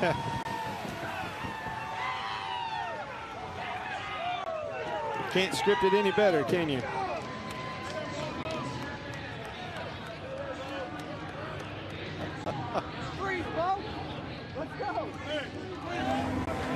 A.J. Allmendinger getting assistance. Tyler's son Bo helps him celebrate.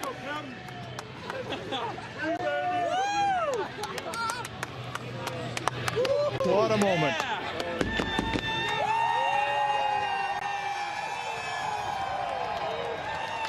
The 30-year-old from Corning, California, has his 11th career win and an unprecedented three-peat to start the season. Let's go, dude. History.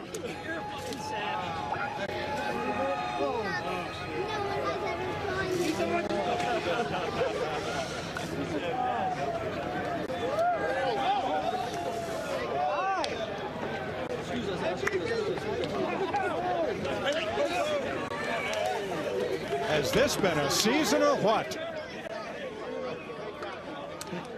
Josh Sims. Tyler Reddick gets to celebrate making history in NASCAR, celebrating with the family, celebrating with team co-owner Michael Jordan, and of course, his kids. Tyler, no one has ever won 3 races to start a year. You make history here today. What does that mean to you? It means the world. Yeah, you know, it's so fitting. You know, we get going at the end there, and I'm leading, and there's SVG, the guy I've been trying to beat for a while now, and just you know, to be able to outlast him there and hold on for the win is it's incredible. We just really proud of the Showman Casino Toyota Camry. Everyone at 2311, we worked really hard.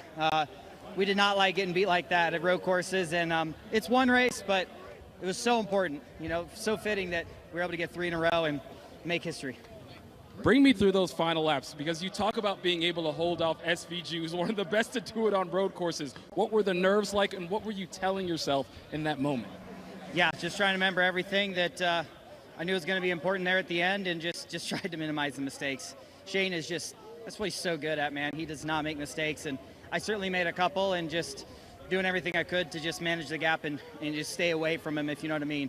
If I let him get close enough, it was going to be probably hard to hold him off. Tyler Reddick with the three-peat to start the year. The Reddick family and team celebrate this incredible 3-in-a-row start to 2026. We'll be back to Circuit of the Americas. When I eat you up, yeah, I was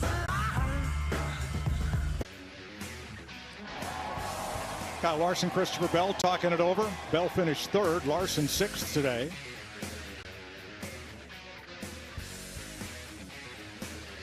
Joey Logano is that the hint of a limp? Yeah, and that doesn't surprise me. I mean, this is just a hard day, and you see Allmendinger right there. Good to see him up. His cool suit stopped working. Didn't think he'd make it to the finish, but he ended up 9th. Gutted it out right to the end. Regan? Was the second place result today for Shane Van Gisbergen. Came up just a little bit short of 6 in a row on the road courses. You caught Tyler at one point there. Looked like you maybe just didn't quite have enough. Yeah, it's weird to be disappointed with 2nd. But, yeah, this series is just at a high level, and I felt okay. We got our safety culture Chevy a lot better than yesterday. But just following Tyler, his driving was immaculate, and his car was very good too. So I tried, but didn't quite have enough. But still a great points day for the 97. All right, nice job. Thanks, Shane. Ty Gibbs, great run for him today. Won stage 2, ended up 4th there. You were picking off cars all the way up until like 10 laps to go. How good does this run feel for you and your team? It was really great. I had a great Toyota Camry. You know, they helped me out so much today. So had a lot of fun, and yeah, we passed a lot of cars. Obviously, you know, my guys Tyler and the boys did a great job on the strategy. I didn't really know what was going on because like we pitted and I was in like last, and then we went back up to the front, and it just is so much going on. So it gets kind of hectic. It kind of feels like Richmond with the pit cycles and everything at the end. So just stayed at it, and I don't know, I was up at the front at the end and just kept digging, and yeah, just didn't have enough time, but felt really good. Thank you to Monster Energy and everybody that helps me out in my career, and thank you to the man above, and we'll keep going and keep racing. Great run for the 54 team today, Mike. It was 4th place finish for Gibbs. Brad Keselowski still with the cane and still recouping that leg injury from the ski trip, but he gutted it out, ran the whole race, finished on the lead lap in the top 20. Well done. Yanya Suarez talking things over. Tyler Reddick has done what nobody's ever done before. We'll be back to wrap things up from COTA. Tyler Reddick emerged from the last lap chaos at Daytona. to hoist the Harley Earl Trophy.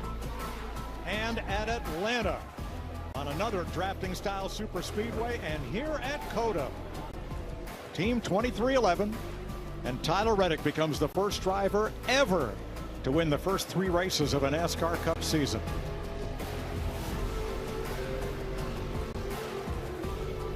He now has a lead of 70 points over second place. That's more than the gap from second to 26th. Wow. Regan? Well, it was a solid third place finish for Christopher Bell today. Christopher, you guys had that alternate strategy there towards the end. Looked like maybe you were trying to reel him in for a minute there. What more did you need as it got down to the finish? Yeah, I mean, I got that great restart on new tires, and I'm like, I'm in position here, baby. We're going to go do this. And then, yeah, I just stalled out.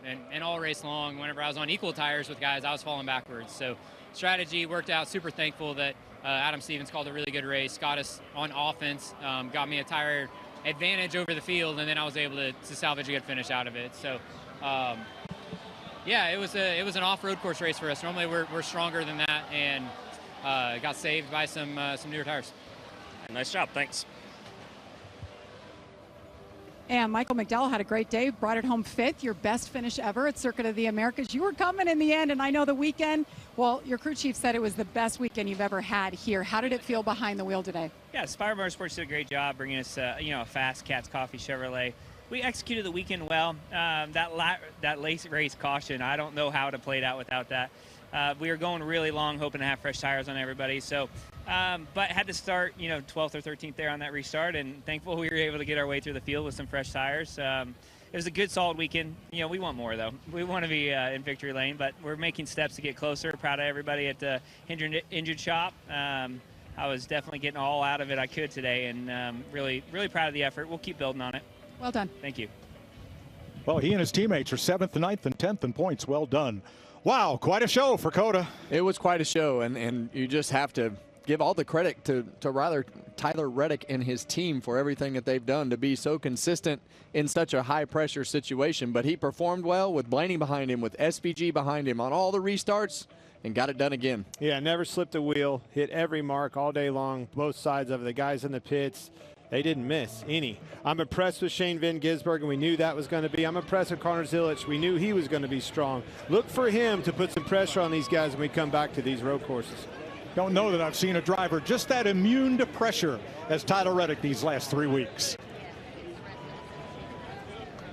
Now next weekend on Saturday, IndyCar racing from Phoenix, 3 p.m. Eastern time on Fox. Sunday, NASCAR race day, 3 p.m. Eastern time on FS1.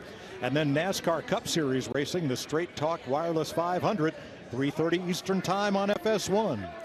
Tonight on Fox, except on the West Coast, Next Level Chef is next, followed by Family Guy, Universal Basic Guys, American Dad, and Family Guy again. They said it couldn't be done, and it never has. But Tyler Reddick has now won the first 3 races of a NASCAR Cup Series season. Never before, but he's done it now. Congratulations, Tyler Reddick and Team 2311.